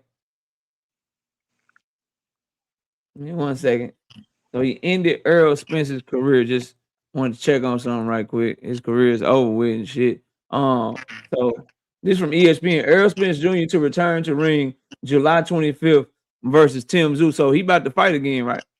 Well, it's posted, but he didn't fight yet. They announced this today. Get to it first. They announced this today. He might not get cleared medically. Who knows? I don't know. They just We don't announced know it today. yet. But anyway, there was a lot of So fights. his career is not over That's yet. 3 fights. That's What still 3 fights. about let's go back to his box, Rick. I'm trying to see Yeah, go back to his box shot. this great career ender. What about David Avenesian? Did he fight again? I think David, did he fight? I don't know. I don't remember him fighting. Maybe he did. Shit, I don't know if he fought again, to be honest with you. I don't know. I don't follow David Avenesian. Okay. All right. But you gotta start going back to like when he first won his title. I'm trying to do people that are comparable to, because we ain't going bums. We talking about really good fighters. Well, he didn't say that. He just said in no, career. but Jaron Boots Ennis, the reason he said is a unified champion. Going, you gotta understand why he said. So I'm only doing top of the line fighters. I'm not going to bums that was already bums before he fought them early in his career, because he did great career ender. He gonna end Jaron Boots Ennis. So this one right here, Sean Porter. He ended Sean Porter's career. So far, that's 1, 2, 3, 4, 5. He's 1 for 5. He's 20%. But he wouldn't have. See, he ended Sean Porter. I'm giving you Sean Porter. He ended his career. Look, I'll show you. I'll show you context to why Sean Porter did not fight after Terence Crawford stopped him. He ended his career. He didn't. Yeah, but he wouldn't have ended. Even had he beat Sean Porter, he wouldn't have ended his career. Because Kell Brook had another fight against Amir Khan, so he didn't end his shit. You gotta understand. I gotta explain. There's more context to why he would end Boots' career versus these other guys. Because Boots is a different level fighter. He's the type of fighter that never in his million years thinks that he would lose a fight. If he got dominated by Crawford, that's probably why he said that he won't want to fight no more. Because now he know he's not the best. This guy fought again. You gotta understand, it's different reasons why he's saying that. He's saying it because, hold on, what happened? There you go. Yeah, I'm still here. There you go. Okay. He said that because what? Because the way Boots holds himself in his regards, when the longest Boots been fighting, nobody's come close to beating him. And so I honestly believe that he thinks that he could beat Crawford. I honestly do believe he feels that way. But so you saying Boots Ennis would be so devastated at losing to Terence Crawford, he would just never fight again? Because of what he thinks of himself, I don't think he would fight. There's fighters like that. So you think Boots Ennis is mentally that weak? Hey man, I don't know about mentally weak, but I don't think he would fight again. You know what? He'll lose interest in fighting. It's just fighters like that. So why didn't Bud end his career then when he had the chance? It was just everything he said. It wasn't enough money in it at that point. He was trying to get bigger and better things. Boots still don't have. He has a name with us, but a lot of people don't know Boots still. Who knows David Avenesian? He was trying to get to the bag. Who knows David Avenesian? That was just a one-off. Who knows Israel? Who knows Israel Madrimov? He was getting a title.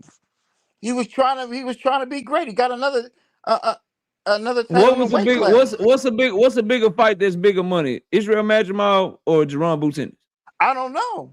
It depends on what Turkey was going to pay. I don't know what Turkey was going to pay. If he was going to pay big money, I'm sure he only got $10 million for everybody saying for Alvarez. So how much would Turkey have given him for Boots? Who said he only got $10 million for Alvarez? I don't know where that's from, bro. Well, that's what I'm hearing. That he only got $10 million. So did he get more for that? I don't know. So the Jaron Boots Ennis fight was more sought after than Israel Madrimov. People would have wanted it more than David Avenesian. People wanted it more than Kell Brook at the time he fought Kell Brook. People wanted more than Aegis Kalvanauskas. People wanted more than Jose Benavidez Jr. Boots Ennis is a bigger name than all those people, bro. All of those folks were stepping stones. They either fought Errol Spence. It was a so why couldn't he use Jaron Boots Ennis as a stepping stone? He would have got more respect for Boots than Israel Madrimov. But he was getting a title. There was nothing. He was. What you mean? It's a big fight. You get more respect beating Boots than Israel Madrimov. Motherfucker had 10 fights, bro. I don't know, but he was getting a title, didn't he? That he was. Nobody cared about that. Nobody cared about that title. That's a trinket. Nobody give a fuck about that. Well, in the annals of history, they're gonna say, "Look, he got another title in that division." But in the annals of history, if he had beat Jaron Boots Ennis for no title, in annal, but he'd have got more credit, bro. But let's what are you talking about? Oh, let's talk about that. All I'm asking you is if no. So there's 2 points. Yeah, because I got somebody behind you. Okay. Point number one: there's no evidence to suggest he would have ended Jaron Boots in his career because he's not a career I'm ender. just telling you why he said it. But go ahead. No, but there's no evidence to suggest that. I agree with you. Number two, number two, Jaron Boots Ennis did not duck Terence Bud Crawford. I never said he did. So then what are you up here? What are you up here to argue, bro? What are you up here to argue with? What are you up here to argue with, bro? Oh, well, I don't know, but I know. I don't know. I just heard you. I just heard you talking about Bud KO, not my Bud. I just heard you talking about Bud KO, not my Bud. If he would have fought him, he would have ended his career. That's all. That's the only point I was making. Based on what?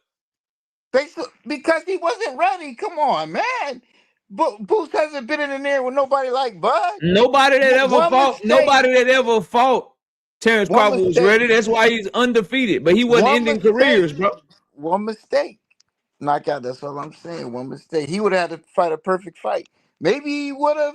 But we're not talking about winning or losing.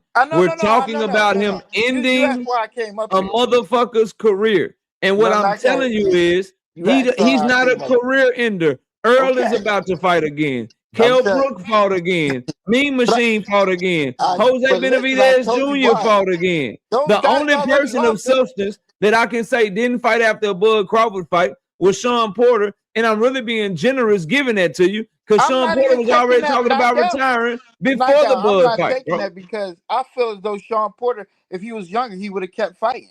I know he would have kept fighting. That's not the point I'm making. Sean Porter doesn't have the esteem in himself like Boots. Boots don't think he can lose, bro. So you basically saying you saying Boots Ennis, you think Boots Ennis is soft? That's not necessarily soft. It's just that when you think that you are so good that you just cannot lose, and somebody beats you, you just lose interest in the sports. Not that you soft. Of course, but there's that's your opinion. I'm going off fact. There's no fact that you can give me that says Jaron Boots Ennis would not try to bounce back from a loss. Okay. That he would be so devastated at a loss that he would just tuck his tail and never fight again. There's nothing to suggest that, bro. Who else is as good as Boots right now that we could compare this to? That's like Sugar Ray. Let's imagine those fighters. Whether or not you fight again, it's not about how good you are. It's about are you willing to get up after you got knocked down. It ain't that has nothing to do with whether or not you're willing to come back from a loss. Coming back from a loss is not about how good you are. Coming back from a loss is about when you get your ass knocked down in life or you get your ass knocked down metaphorically, are you willing to get back up and keep grinding? What evidence do you have to suggest Boots Ennis is not willing to do that, bro? What are you talking about? He might have done it. He might have came back fine. But I'm saying this is what Bud was talking about is that he wasn't saying he was soft or anything, but if he would have lost this early in his career against him. What do you mean this early? Boots Ennis 26, 27 years old. At the time this is going on, 25 years old. Well, you think somebody 25 years old with that much talent, you think they wouldn't build themselves back up? A nigga from Philly, his brothers is fighters, his daddy was a fighter. That's the nigga that's gonna quit. Somebody that don't got nothing but 5 emojis. That nigga got a boxing glove emoji, a running man emoji, a knife emoji, and a church emoji. He made Apple take all the other shit off his phone. Somebody that dedicated, that locked into the sport of boxing is gonna quit after one loss. He is. I'm just telling you, bro. Sometimes when you feel a certain way about your skill set and you lose, you just lose interest. Okay, who did that? Soft. Who retired like that? Like, give me an example. Give me. I think Melchick Taylor. He retired after he lost to Chavez, and he was like at the peak of his career. Did he fight again? Let's see.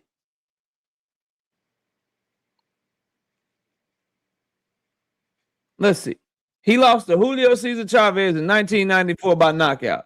He went on to fight Kenneth Kidd, Tony Small, Darren Maculagaki, Rafael Salas, Hassan Al.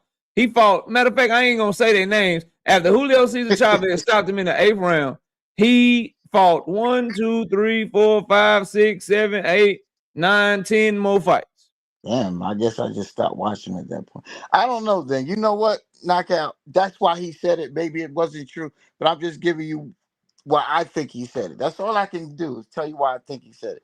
Not because he's soft or anything like Do that. you think it? Do you think that Boots Ennis would retire if he lost though? I think so, bro. I'm personally. So you're not telling me why he said it. You really believe that it's true? I do because okay, based off of what? Because Terence Crawford said so. No, based off of how good he is, and he couldn't. So he would retire if he lost because he's so good. Yeah, he might lose interest. Goodbye, bro. Much love to you, dog. You got to have a coherent argument. He would retire if he lost because he's so good. I'm convinced you niggas just want to argue. Just do this. Just talk shit. Just do this. It's better. Just do this. Just do what Drink is electing to do. Just talk some shit. That's all. Just talk a little shit, man.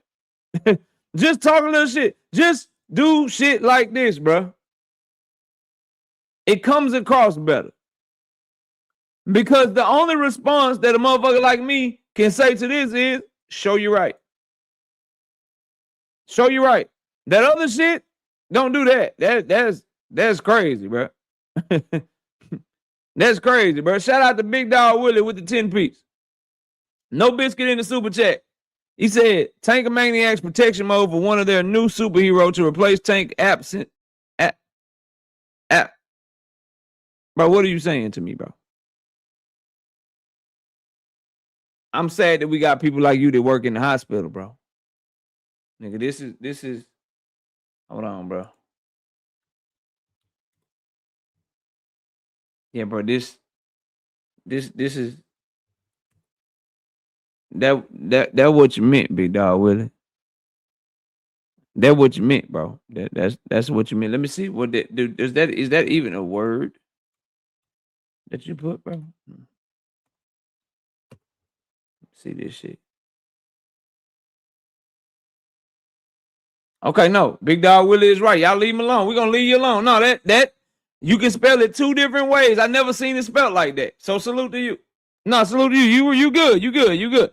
But he says new superhero and to replace Tank absence. And you can actually spell it like that, and it is correct. You can spell it ABSENCES,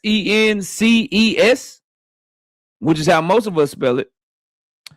Or CE, I should say. Or you can spell it ABSENT. Okay, Big Dog Willie, I see you. Tankomaniacs are bad luck. You don't want them to root for your favorite fighter. Prayers for Boots, Mason, and Benavidez. Tankomaniacs are bad luck. Tank fans are bad luck, you say. Okay. That's what's up. Well, are Shakur fans bad luck because they also cheer for Keyshawn Davis? And Keyshawn Davis missed the fight because he couldn't handle his emotions and make weight. And Keyshawn Davis also got caught smoking weed and had I see you backstage. Give me a sec.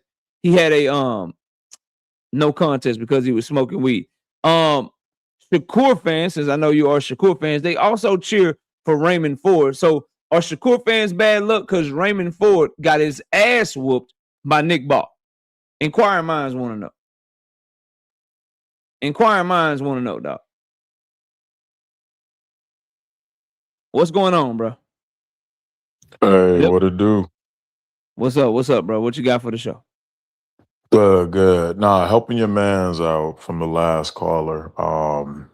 Not agreeing 100%, but I would say some fighters after bad losses it takes them a while to get back into it. Prime example is Errol Spence versus Crawford.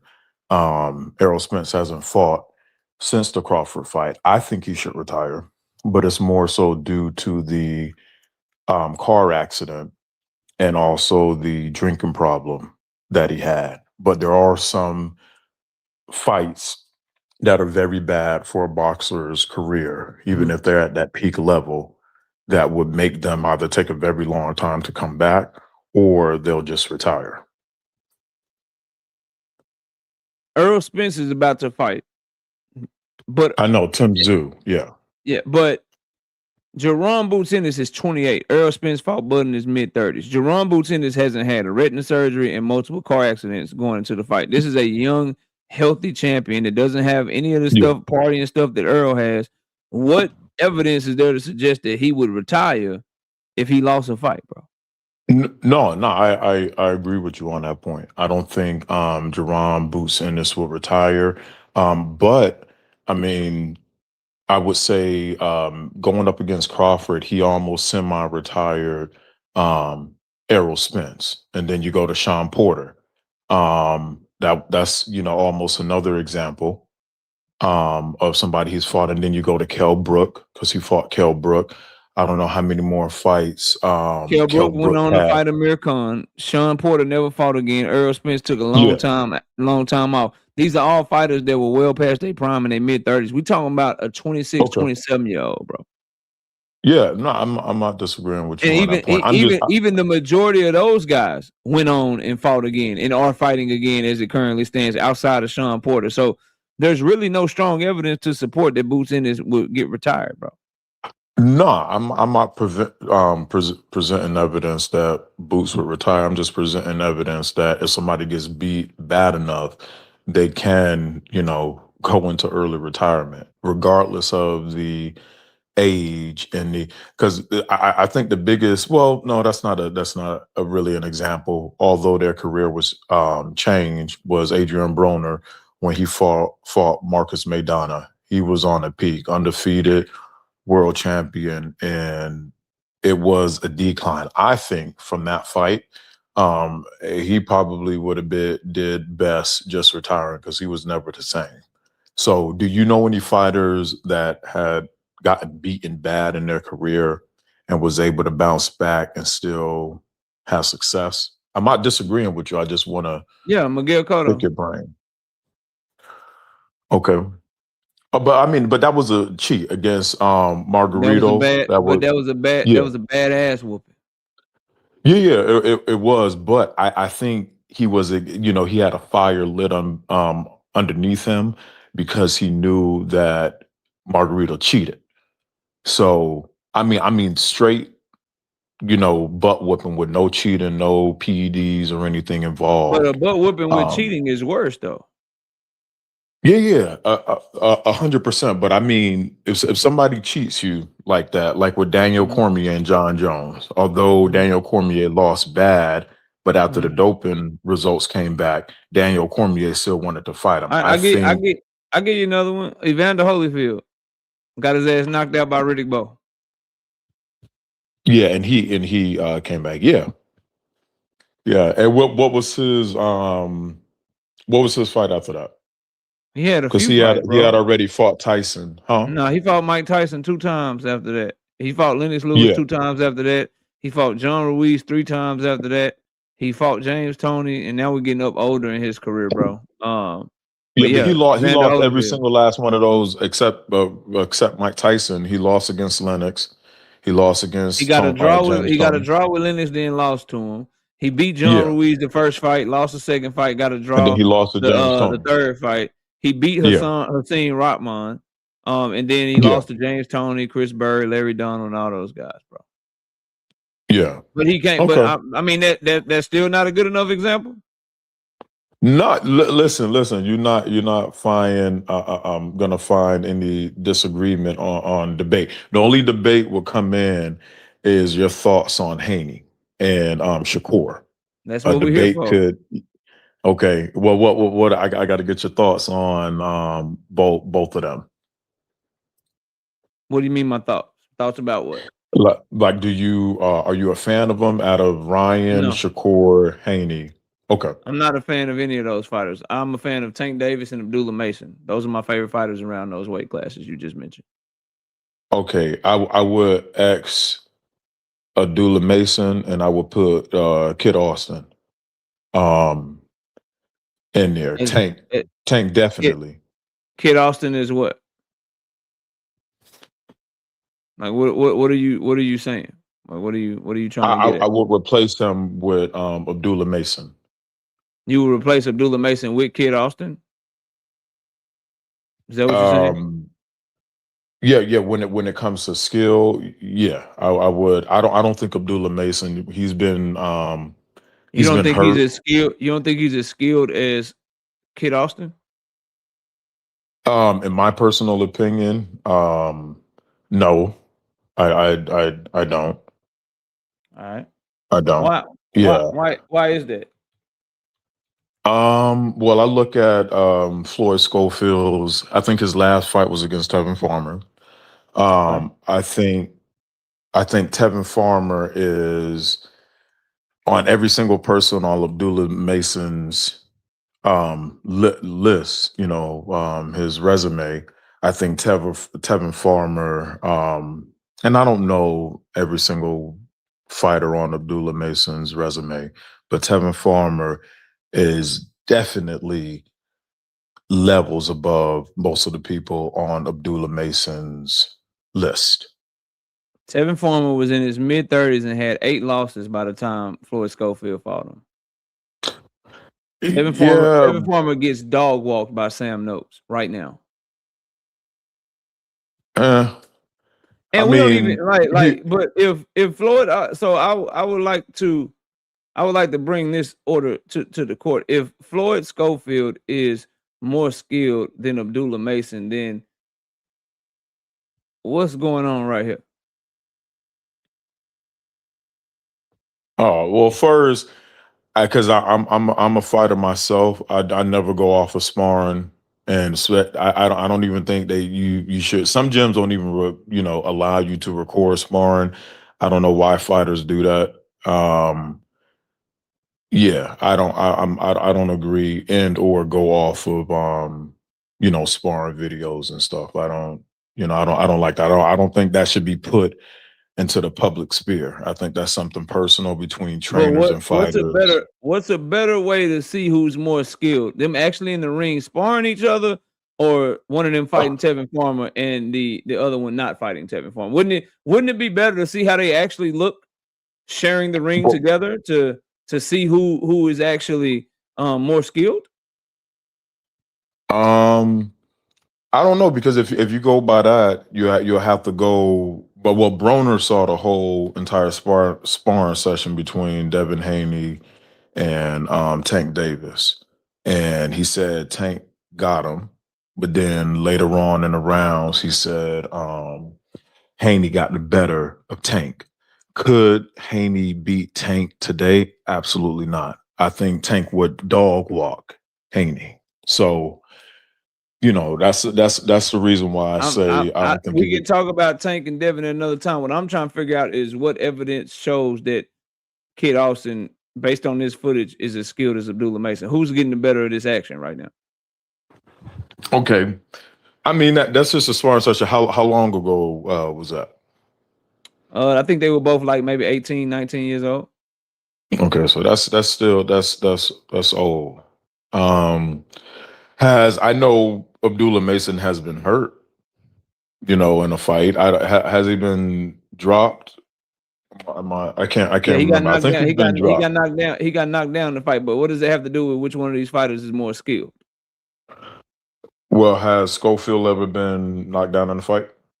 I don't think he got counted as a knockdown, but he got rocked by Renee Tellez Jaron, though. But no, I don't think he's been knocked down in the fight. But how does that make you more skilled, though? We're literally watching Floyd Schofield get cooked by Abdullah Mason right now. Okay, well, I would say this. I would say being rocked and knocked down are like, two different things, dynamics in boxing. I think somebody who's rocked but remains standing, I think they may have a stronger chin or stronger legs. Do you think that Floyd Schofield is more skilled than Abdullah Mason? No, I mean that's the point I'm trying to make. But that's what you just said. That's what you said. You said he was more skilled. Now you don't think that? No. What I'm saying is Abdullah Mason has been knocked down in a fight, right? That's what you're saying now. But this whole conversation started because you said he was more skilled than Abdullah Mason. Yeah, he's more skilled, and that's what I'm saying. That what does he do in the ring better than Abdullah Mason? Huh? What does Floyd Schofield do in the ring better than Abdullah Mason? I'm just saying one thing. I don't think Abdullah Mason has a good chin. He's been rocked more than once.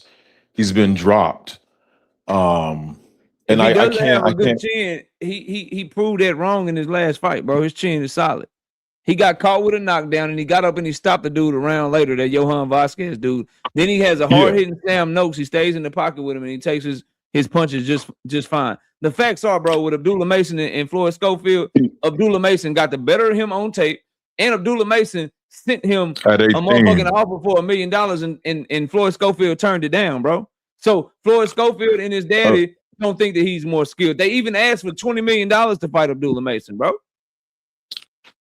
Well, I mean, he probably. If you really I don't think know. you're more skilled, if you really think you like that, then you would at least have some success in the sparring session, which we can find none. Or you would be willing to take the fight for your highest ever payday because you know you more skilled. They don't believe they more skilled than him, bro. I don't know if that's you true. Bringing up about getting knocked down or getting hurt or whatever, that has nothing to do with your skills. Abdullah Mason has a better jab. He has better timing. He has more power so far in their career. He has longer reach. He has better footwork. He looks to be more athletic. And when they shared the ring together, all of this shit showed. Well, first, I mean, I think skill set does constitute with chin and legs and stuff. And if you can have all of the best jab, great footwork, defense, and everything, but if you're getting knocked down in fights, it's not a good look. So Terence Crawford got knocked down in fights. Yeah, but Terence Crawford has a chin. Like he's not always getting when he rocked. get knocked You're down, not going to see. when he get knocked down, he got a chin. When Abdullah Mason get knocked down, he don't have a chin. David Benavidez So you're been knocked down in comparing fights. you're comparing Crawford's skill set to Abdullah Mason's. That's not what I said. Okay, well That's you're making that I'm you're making proving that to you that comparison. just because somebody get knocked down, that don't mean they don't got a chin. How do you react when you get knocked down? Abdullah Mason turned into a motherfucking dog. Okay. Well, we'll have to see when the skill level goes up when he fights people who was either on the same level or maybe even slightly better than him.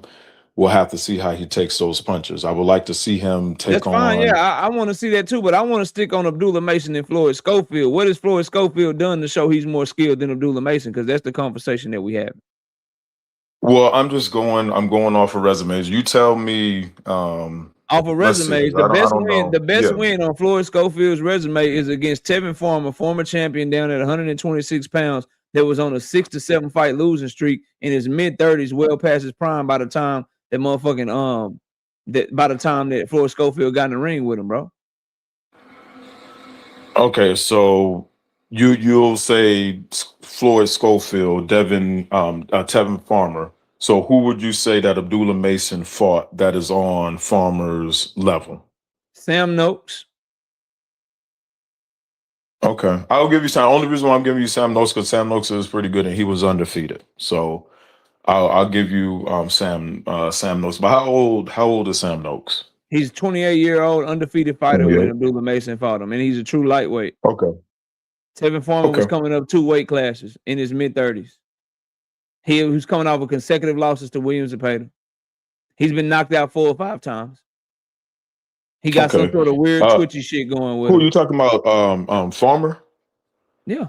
No, Farmer hasn't been knocked out. I think he has like 3 or 4. 4 is it 3? It's either 3 or 4 KOs. I think you're right. He has like 8, 9 something losses, but Tevin Farmer, he doesn't have that many knockouts on his record. He's been knocked out 3 times, and he has 9 losses. Times, By the time he fought Floyd Schofield, he had lost to Williams Zepeda, lost to Raymond Murataya, beat some dude named Alan Castillo, beat some dude named Oscar Barajas, beat Avery Sparrow, lost to fucking JoJo Diaz.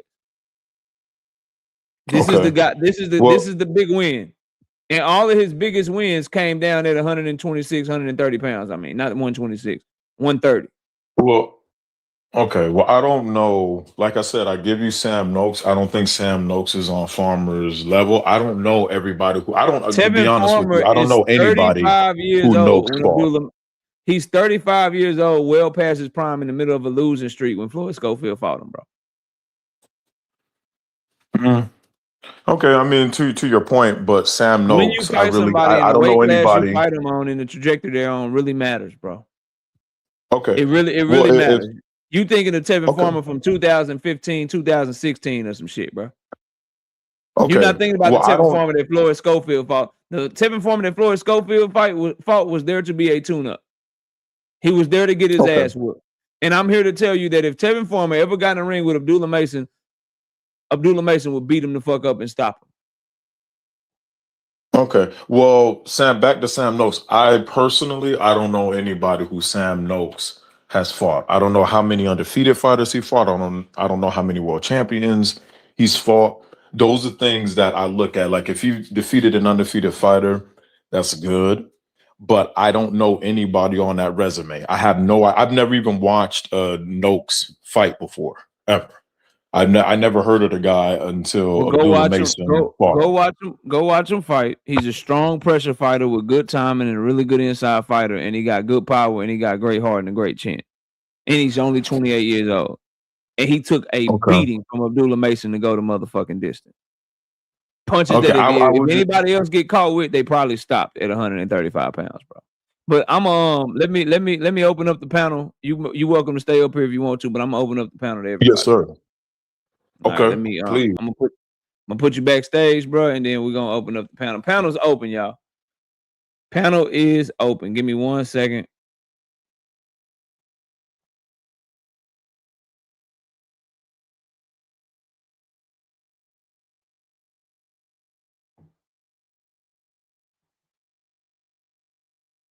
If you give Noakes to Schofield, Ghetto Fab, Schofield fuck around and lose that fight, bro. I don't think he got the skill and the mental fortitude to deal with that type of pressure, bro. I'm gonna keep it all the way 100 with you. Let me put this link in the chat, bro.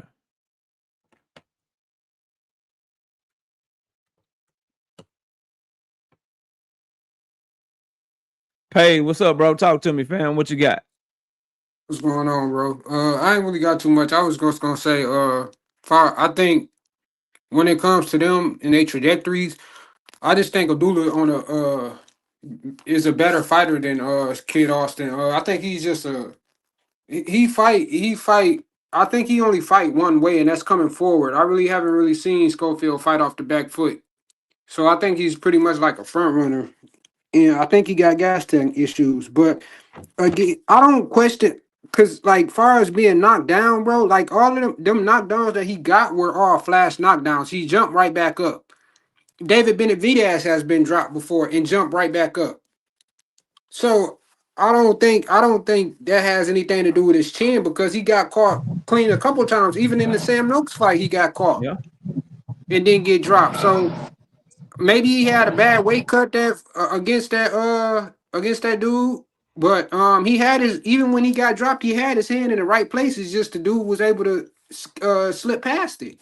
But when you beat him up, even when he got dropped, bro, he still got back up and didn't stop the nigga the very next round. Like, I don't think he has no questionable chin, bro. That's just my thoughts. Okay, all right. Panel's open, bro. Y'all can get in. We only got like 20 minutes, so y'all can just get it off. I ain't. Man, Paid, I Kid agree with you. Austin is not ready for Tank Davis. Oh, go ahead, be more. It's sad Hey, that his father going to put his son up there as a sacrificial lamb. It's oh man, sacrificial lamb. Well, hey, you know what they KO. say. You know what they say about if you get in the ring. So if he put him up there and he gets in the ring, fuck it, he's in the ring. Damn. Hey, Shout KO, I out. got a I question got some to ask super you. chats that I missed, Do you y'all. think? I got Do some you super think? chats I missed. Hold up. Shout out to Ali They're Gifted all with the 5 mine. piece in the super chat says, we all know a fighter. His name is Devin Haney. Shout out to Big Dog Willie with the 2 piece in the super chat. He says, hair grease has ended Tank's career. He has a point. Shout out to Big Dog Willie back in the super chat with the 5 piece says, Floyd Schofield Sr. is the most honest man in boxing behind Bill Haney. So this man has a point. Kid Schofield might be the next Sugar Ray Leonard. Facts. And then shout out to my dog Brian King B. Falcone becoming a channel member. I appreciate you, Brian King B. Falcone. All right, y'all go ahead. Okay, I got a quick question before I go to work. Do you think that Schofield would be better if he had a way better trainer? I think they work with Ronnie Shields. Do they? Yeah, Yeah, they Ronnie do. Shields was in their Yeah. corner before. Yeah, they work with Ronnie. Thank God. Yeah, they work with Ronnie. I think Schofield need to mature as a man. Like get your daddy off your Twitter account. Stop letting your daddy you know what I'm saying, be in every motherfucking interview. Start standing on your own 2 feet, bro. And if you still want him in your corner to train you, that's cool. But I think he got some raw athleticism. I'm just not overly impressed. I think his defense is not that good. I just think the type of fighters that he would have to deal with, like Abdullah Mason or niggas talking about the Tank Davis fight, they can match that athleticism, but they so much more refined and got so much more skill overall. Like that's just, I ain't huge on Floyd Schofield. But Now, if you he'll prove me wrong, you die. prove me He'll wrong. die if he fight Tank. He won't. I don't know why he wouldn't. I mean, that's not fair if he fight Tank. 'Cause he would Yeah, not. He would that's die. true. Man, he That's probably true. That's doing not that fair. shit for the money, bro. At the end of the day, I'm pretty sure he doing that shit for the money, man. He trying to get You him know, and another it's hard for girlfriend. it's hard for Schofield Jr. to fight his daddy off because every time that nigga does the interview, and it just be him in front of the camera, daddy has to pop in. I just gotta say this. That's a fight in and of itself. Him trying to get his daddy off his motherfucking neck. You must be confusing him with Devin Haney dad. Floyd No, Schofield, his no. dad talk a Schofield No, lot, dad. but same with Devin both. Haney dad talk more. They No, the Schofield same. dad is They the same. next level. I ain't saying he don't talk a lot, but Devin This Haney nigga said dad. he works with the CIA and the army. Now I Yeah, think that nigga, the you know, difference is, bro. At least when Devin Haney do an interview, nigga, it's a Devin Haney interview, bro. Like Floyd Mm. Schofield can't even do a Floyd Schofield Jr. interview, my nigga. yeah. I Like Then wonder he if dad he go can't to even walk do start it. with him in capping the his ass off. bathroom when he gotta pee and shit. That's some weirdness, yo. I And wonder then if he another thing, actually walked with him in the bathroom whenever little school junior guy used the bathroom, yo. and I Let feel, and that I feel boy, like, let that boy be a young man, yo. Leave him, yo. Seriously, the You know, guy and did a Schofield, fly. and Schofield Jr., he knows how to motherfucking talk. He can handle the motherfucking microphone and the camera. Senior need to leave him alone. You're right about that. He needs to leave Schofield Jr. alone and let him go Yeah, ahead and that talk his shit. that's yeah. what you And call a I don't fucking think he really needs to be overbearing. in his career like that either. That might sound bad because he's a dad, but I think Schofield got potential to be a lot better than what he is. That's why. That's Yeah, why he pretty much an overbearing father, bro. yeah, yeah. It's an overbearing Hey, father, He and you can Bill tell. Haney on steroids, yo. hey, I let me. bet I never say I that still about think nobody. Haney. I still think Bill Haney worse, man. Bill Bill Haney Haney's is got a Yeah. the longer No, track record of man, I talent. ain't never Man, seen at nobody like. least Man, Devin what? got his own phone. This the thing, bro. I ain't never seen nobody. Now Bill be lying, bro. But I ain't never seen that nigga say no shit like. The police came and saw a truck driver. I mean, the truck driver said the car was cold, so they let him take the I motherfucking might car, get out but of it here. was drugs in the car. Like I ain't never heard Bill lie like that, bro. I know the nigga be lying, man. but that nigga's a Hey, habitual Bill. liar. Bill tripped up when he told Mayweather he was 50-0 in the streets. that's when he became stupid sounding. He told Mayweather he was 50-0 in the streets, and that's when he started talking and sounding Y'all let me crazy. get Kamal in here. Kamal, what's up, bro? What's up? Can you Salute, hear me? Kamal. Where you Yeah, I can been, hear man? you. I can hear you loud and clear, bro. Yo, I've been out and about, man. I don't know, man. Just out of YouTube boxing, just too much kid stuff and bickering and stuff. So I'm out of that. Um, I don't. I went to high school 20 years ago. No, 30 years ago or so. So I don't want to deal with that now. But I'm back. So I got to talk about this Clarissa Shields stuff, man. Once again, she shows she's Oh shit. classless. Yeah, Oh the shit. so-called quote stands, and I call her so-called because I don't think she's the quote. Serena Williams is the quote. Serena Williams is the international icon. Another lovely lady that Clarissa Shields has talked trash about. Serena But Williams, her the reaction to tennis the player. Shadeja Yup. Green Let him loss cook. was deplorable. She was out there celebrating and trash talking Shadeja when Shadeja had to be put out in a stretcher and she had a brain Yeah, bleed. She has yeah. no compunction. She has no any kind of sensitivity and she keeps beefing with women. And it's just, I know that the GOAT stands, the so-called GOAT stands, are gonna get angry with me and say, "Hey, stop talking about this woman." But she does it to herself, man. I mean, and I can't root for her because she's just completely classless, going after Shadeja when she's lost. Not, hey, let's send some prayers for her. I hope she's okay. She went to the ICU with a brain bleed. She could die. You're out there talking trash about her. I mean, every time she sets a bar to go low, she goes lower. So from now on, I cannot support this girl. And it has nothing to do with her colorism and her complexes about so-and-so looks oh so pretty. She has a self-confidence issue. That's why she talks and acts the way she does. And it's just really classless. That's what I got to say about that. Motherfucker made me look up compuncture, nigga. I was like, what the fuck is compuncture, nigga? Hey, made me look up a word and shit. I mean, hey, when I don't know something, I try to learn that shit. I try to learn that shit, man. Hey, but he was saying facts though. Yeah, he was saying facts though. Alicia Baumgartner, I think that's the face of women boxing right now.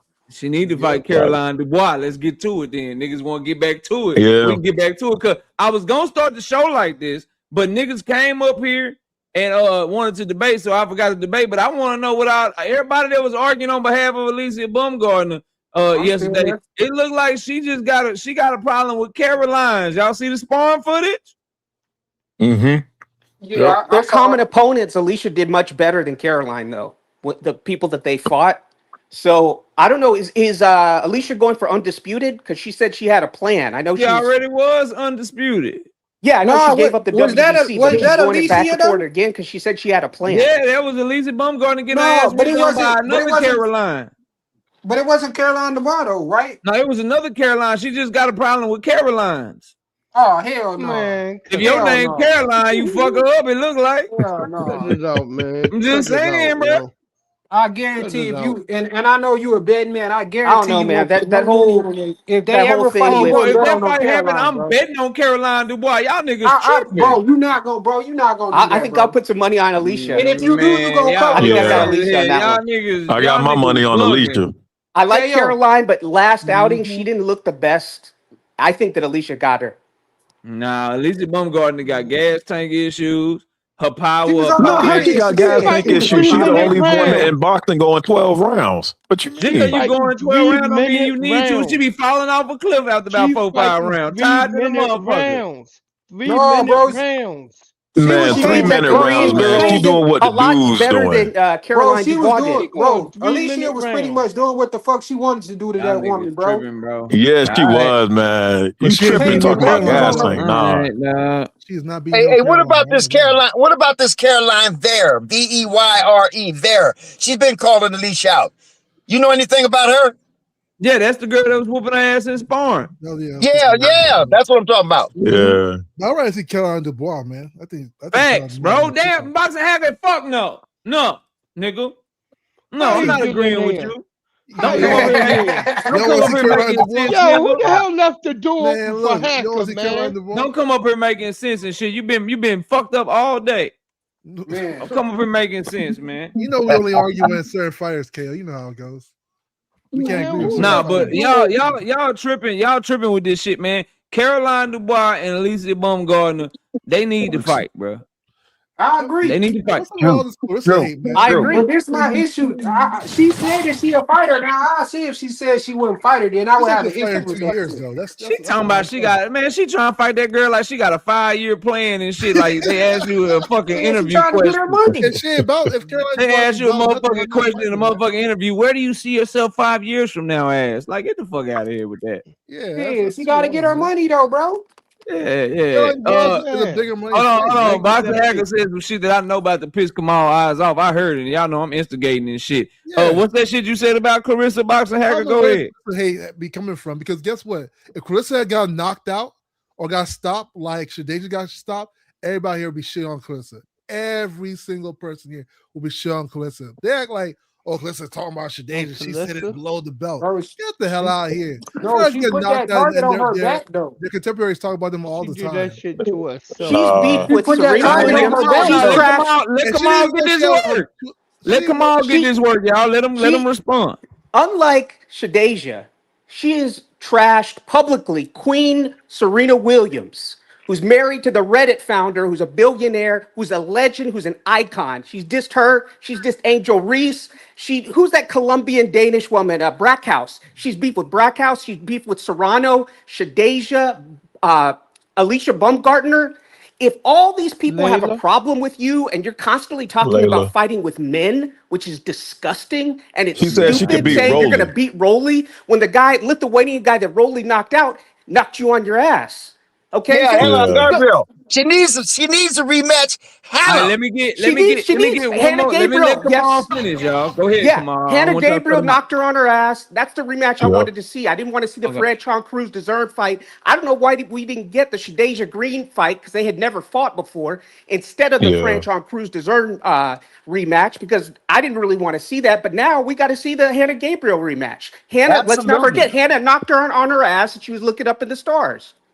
Knock the shit All out right, of mouth too. let me get a couple of the new homies in here. One of the only is Dean, it's Oh, Layla Manager Ali. Martin, How could it's I forget? YSM, and then DJ. The only niggas that rock with the Philadelphia Eagles that I fuck with. Okay, She dissed DJ, Layla what's up, Ali. bro? You can't diss Layla.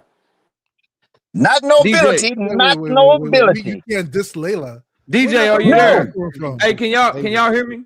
Oh, go ahead, KO. Yeah, we I'm got here, you, bro. KO. I'm here. All right, I was DJ, just what's up, bro? Welcome to the platform. What you got? I know you be in and out like a robbery on your boots in and shit. So I know what you got, bro. What's up? Man, I just think, this whole discussion about Clarissa Shields is a very polarizing one, man, because on one hand, I do agree that sometimes she just need to sit back and just be quiet, man. Everything don't need to be a comment. I feel like if you're not kissing her butt, she got something to say about you. But at the same time, this is about to taste like vinegar.